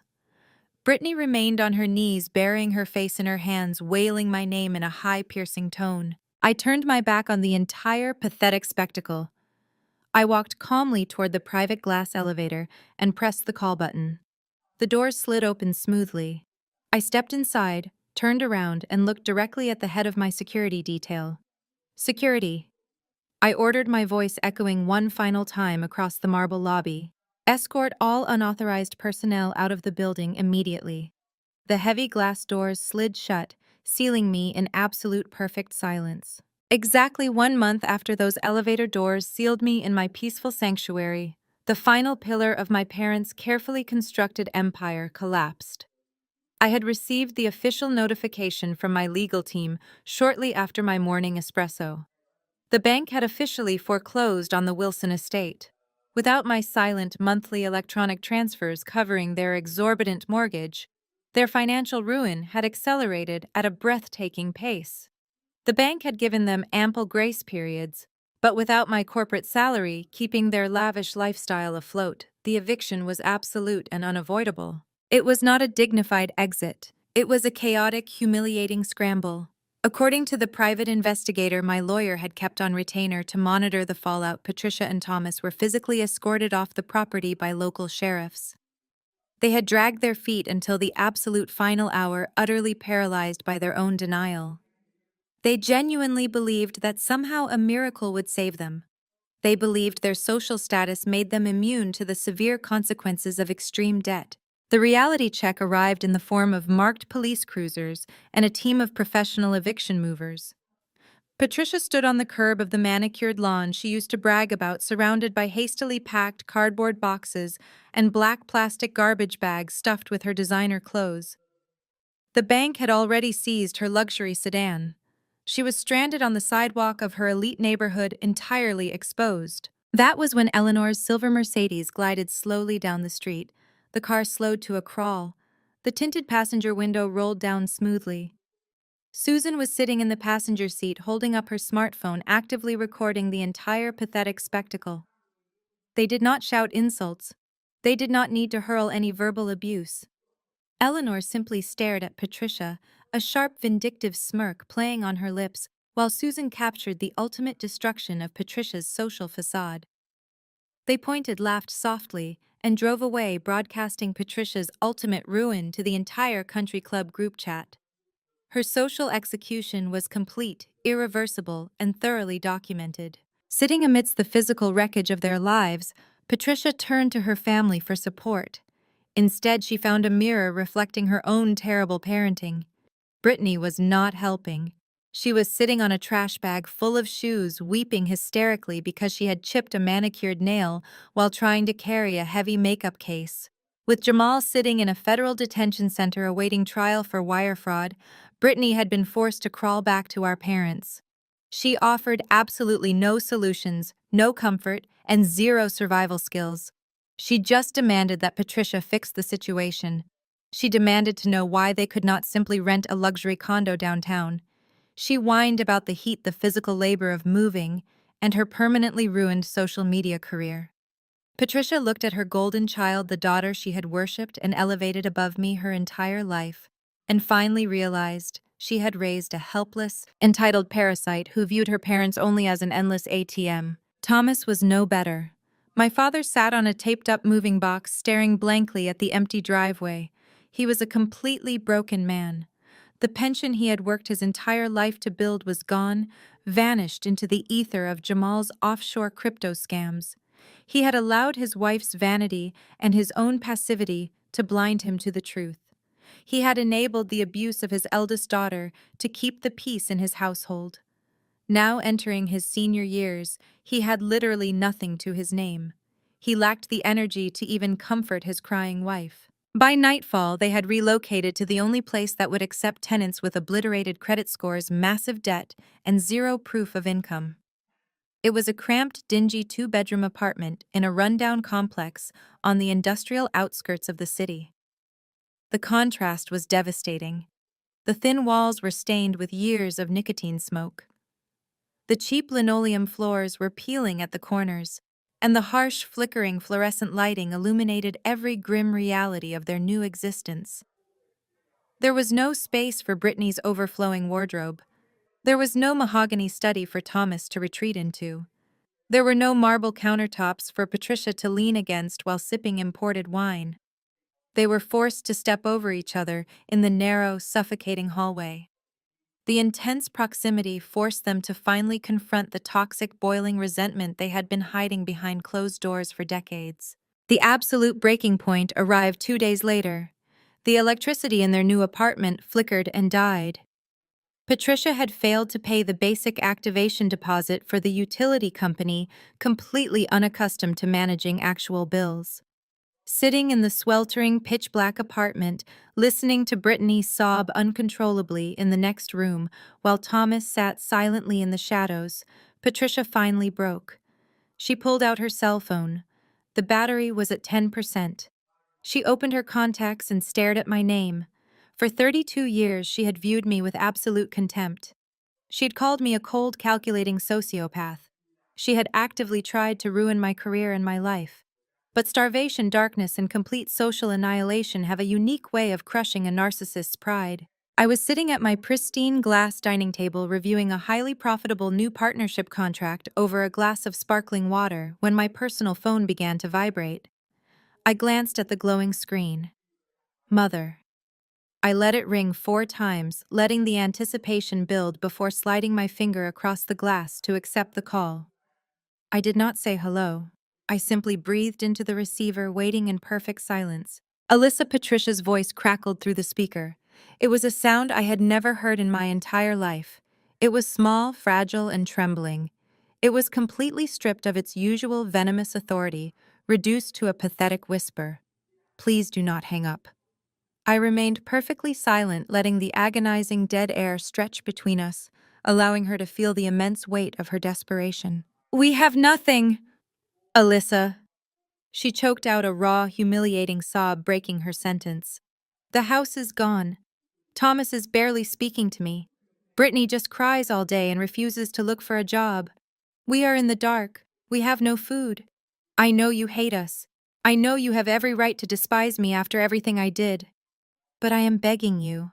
I am a mother begging her own daughter. Please just send a few $100s, just enough to get the lights turned on, just enough to survive the week. I will do anything you want. I listened to the sound of my mother weeping through the phone speaker. For a fleeting second, the ghost of the desperate little girl who used to sleep in a freezing basement twitched in my chest. But that girl was dead. I had buried her years ago. I will meet you tomorrow at 10 in the morning, I said, my voice completely devoid of emotion. The corner diner on 4th Street, do not be late. I ended the call before she could utter another word or launch into another hysterical plea. I did not choose the location by accident. The corner diner was a run-of-the-mill greasy spoon establishment with sticky linoleum floors, cracked vinyl booths, and the permanent smell of fried bacon hanging in the air. It was exactly the kind of establishment the old Patricia would have called a biological hazard. It was the perfect place for our final conversation. I arrived 10 minutes early. I wore a perfectly tailored navy suit, my hair pulled back in a sharp, immaculate bun. I ordered a black coffee and sat in a corner booth watching the entrance. Patricia walked in 15 minutes late. The sight of her was genuinely startling. The immaculate country club matriarch who had terrorized my youth was completely gone. Her expensive blonde hair dye was fading, revealing stark gray roots. Without her routine chemical peels and expensive salon treatments, her skin looked papery and deeply lined with stress. She wore a faded beige cardigan over a wrinkled blouse that hung loosely on her frame. The sheer reality of poverty had aged her a decade in a single month. She looked exactly like what she was, a broke, desperate woman who had run out of options. She spotted me and hurried over, sliding into the booth across from me. Her hands were shaking violently as she gripped the edge of the table. Alyssa, she breathed out, her eyes darting around the diner nervously. She reached across the table, attempting to grab my hand. I pulled my hand back smoothly, resting it out of her reach in my lap. Speak, I instructed. She swallowed hard and launched into a tearful, frantic monologue. She told me she was sorry. She said the words over and over, but the apology was entirely hollow, wrapped in layers of deflection and excuses. She claimed Jamal was a master manipulator who had hypnotized them all. She blamed Thomas for being negligent with the retirement accounts and failing to protect their assets. She blamed the economy. She even subtly tried to blame me for not warning them about Jamal's financial history sooner. I was under so much pressure to maintain our family image. Patricia pleaded, dabbing at her eyes with a crumpled tissue. You have to understand the stress I was under, Alyssa. I made mistakes with you, I know that now. But we are blood. You cannot leave your own mother in a place like that. There are cockroaches in the hallway. The water is brown. Thomas just stares at the wall all day, and Brittany refuses to get out of bed. She does not know how to cope with this. You are the strong one. You have always been the strong one. We need you. I watched her carefully. I was actively searching her face for a single shred of genuine maternal warmth, a single ounce of real remorse for the childhood she had stolen from me. There was nothing. She was not crying because she regretted abusing me. She was crying because she was finally experiencing the harsh, unfiltered consequences of her own actions, and she wanted me to shield her from them. I just need a small bridge loan, Patricia whispered, leaning forward with hungry, desperate eyes. $5,000 a month. Barely a fraction of your corporate income. Just enough to get us into a decent apartment in a safe neighborhood and get Brittany back on her feet. You have so much money now. You will not even notice it is gone. Please, Alyssa. I reached into my leather briefcase. I pulled out a crisp white envelope and slid it across the sticky table. Patricia's eyes lit up with ravenous relief. A breathless, pathetic laugh escaped her lips as she snatched the envelope. She tore it open with shaking fingers, expecting to find a certified check or a prepaid debit card. She pulled out the stack of papers. Her face fell. The frantic relief morphed instantly into profound confusion and then into outrage. These are not checks, she stammered, staring at the printed pamphlets. No, I replied calmly, taking a slow sip of my coffee. They are contact sheets for the State Department of Senior Employment Services. There is also an application for subsidized low-income housing assistance and a comprehensive schedule for the local food banks in your district. I also highlighted a job fair specifically designed for seniors looking to re-enter the workforce. It takes place next Tuesday. Patricia stared at me as if I had just plunged a knife into her chest. Her hands trembled so hard the papers rattled against the table. You want me to work? She hissed, her voice rising in pitch. I am 62 years old. I have not worked a single day in my life. You want me to serve food or answer phones for minimum wage? I am your mother. You have millions of dollars. You owe me. I leaned forward, resting my forearms on the table, locking my eyes onto hers. You are going to have to learn how to survive in the real world, Patricia, I said, my voice dropping to a deadly quiet register that commanded absolute authority. It is time you figure out how to live your own life and provide for yourself exactly the way you expected me to do when you locked me in a damp basement and told me to sleep on the freezing concrete floor. She opened her mouth to scream, to hurl the vile, familiar insults she had used to keep me in line my entire life. But the words died in her throat. She looked into my eyes and saw the sheer glacial finality staring back at her. She realized in that exact moment that she possessed absolutely zero leverage. I had no guilt left for her to manipulate. I had no craving for her love left for her to exploit. The well was completely dry. I stood up, smoothing the front of my blazer. I pulled a $20 bill from my pocket and placed it on the table to cover my coffee. I turned and walked toward the exit. I did not look back. I did not hesitate. As the bell above the diner door chimed, I stepped out into the crisp, bright morning air. I took a deep breath, filling my lungs completely, and realized something profoundly beautiful. I did not hate her anymore. Hatred required energy. Hatred required attachment and passion. All I felt was a vast, peaceful emptiness. The ledger was finally balanced. The debts were settled. I walked to my car, slid behind the wheel, and drove back toward the empire I had built with my own two hands, leaving the ghosts of my past exactly where they belonged. 6 months later, the ghosts of my past were permanently silenced. They were replaced by the crisp, biting wind of the Colorado mountains. I stood on the wraparound mahogany balcony of the presidential villa at the most exclusive resort in Aspen. This was the exact same resort Patricia used to casually name drop at her country club luncheons, always booking the cheapest standard rooms while pretending to her friends that they were staying in the penthouses. Today, I was occupying the top floor entirely on my own terms, paid for by the corporate empire I had built from the ground up. Inside the suite, the massive stone fireplace crackled warmly, casting a soft golden glow across the vaulted timber ceilings and the sweeping floor-to-ceiling windows. My daughter Mia sat comfortably on a thick plush rug. She was happily roasting gourmet marshmallows over a small, safe tabletop fire pit that our private butler Henri had arranged specifically for her enjoyment. Her joyous, carefree laughter echoed through the massive suite. It was a pure, innocent sound entirely unburdened by the toxic expectations I had grown up with. Watching her, a profound, overwhelming sense of victory washed over me. I had successfully broken the generational curse. Mia would never know the cold, conditional love that had defined my entire childhood.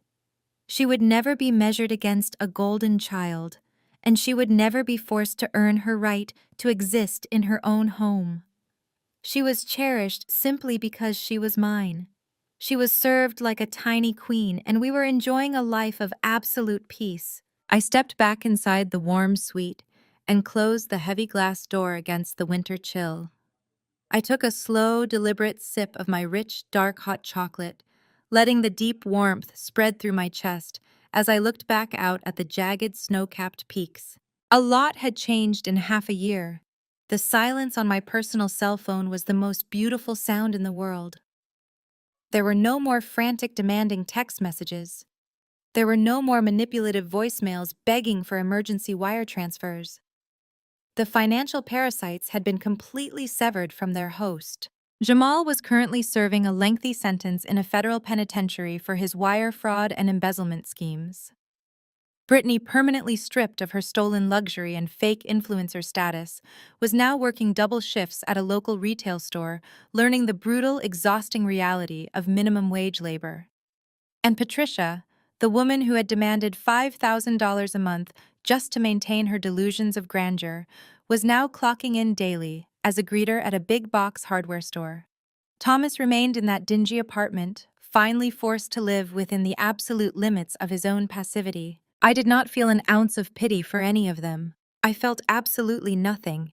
The space in my heart that used to hold guilt and obligation was now filled with serene, unshakable confidence. Society heavily conditions us to believe that family is a sacred, unbreakable bond. We are constantly taught that blood ties require endless forgiveness, infinite patience, and unconditional financial support, regardless of the abuse we are forced to suffer. We are told to keep the peace, to turn the other cheek, and to honor our parents no matter how deeply they destroy our mental health. But staring out at the pristine, untouched white snow of the mountains, I knew the absolute truth. Family does not mean sharing a bloodline with people who act like emotional and financial vampires.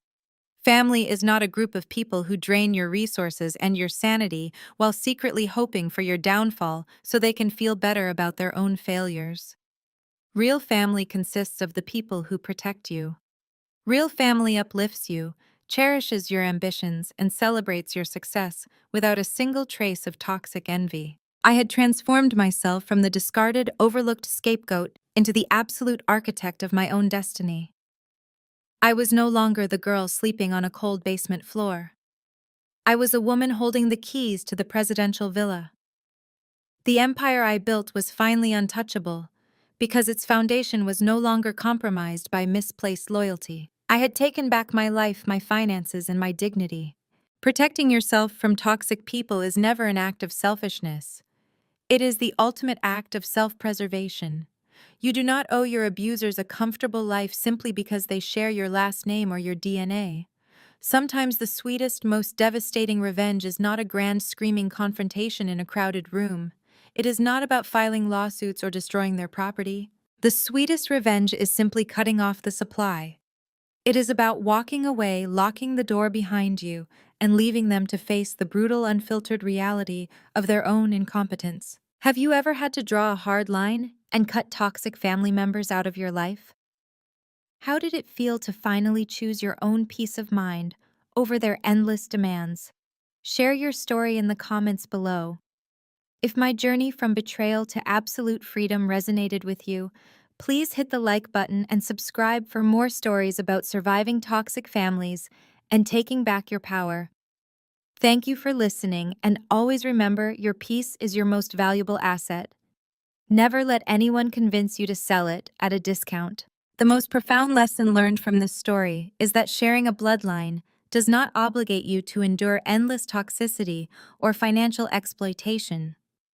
True family is defined by unconditional support, mutual respect, and genuine care, not by manipulation or entitlement. Protecting your mental health and personal success from destructive relatives is never an act of selfishness. It is the ultimate form of pure survival. Walking away from abuse allows you to reclaim your narrative and completely build a life of authentic peace. Please share your own experiences of setting boundaries with toxic relatives to protect your peace. Comment below.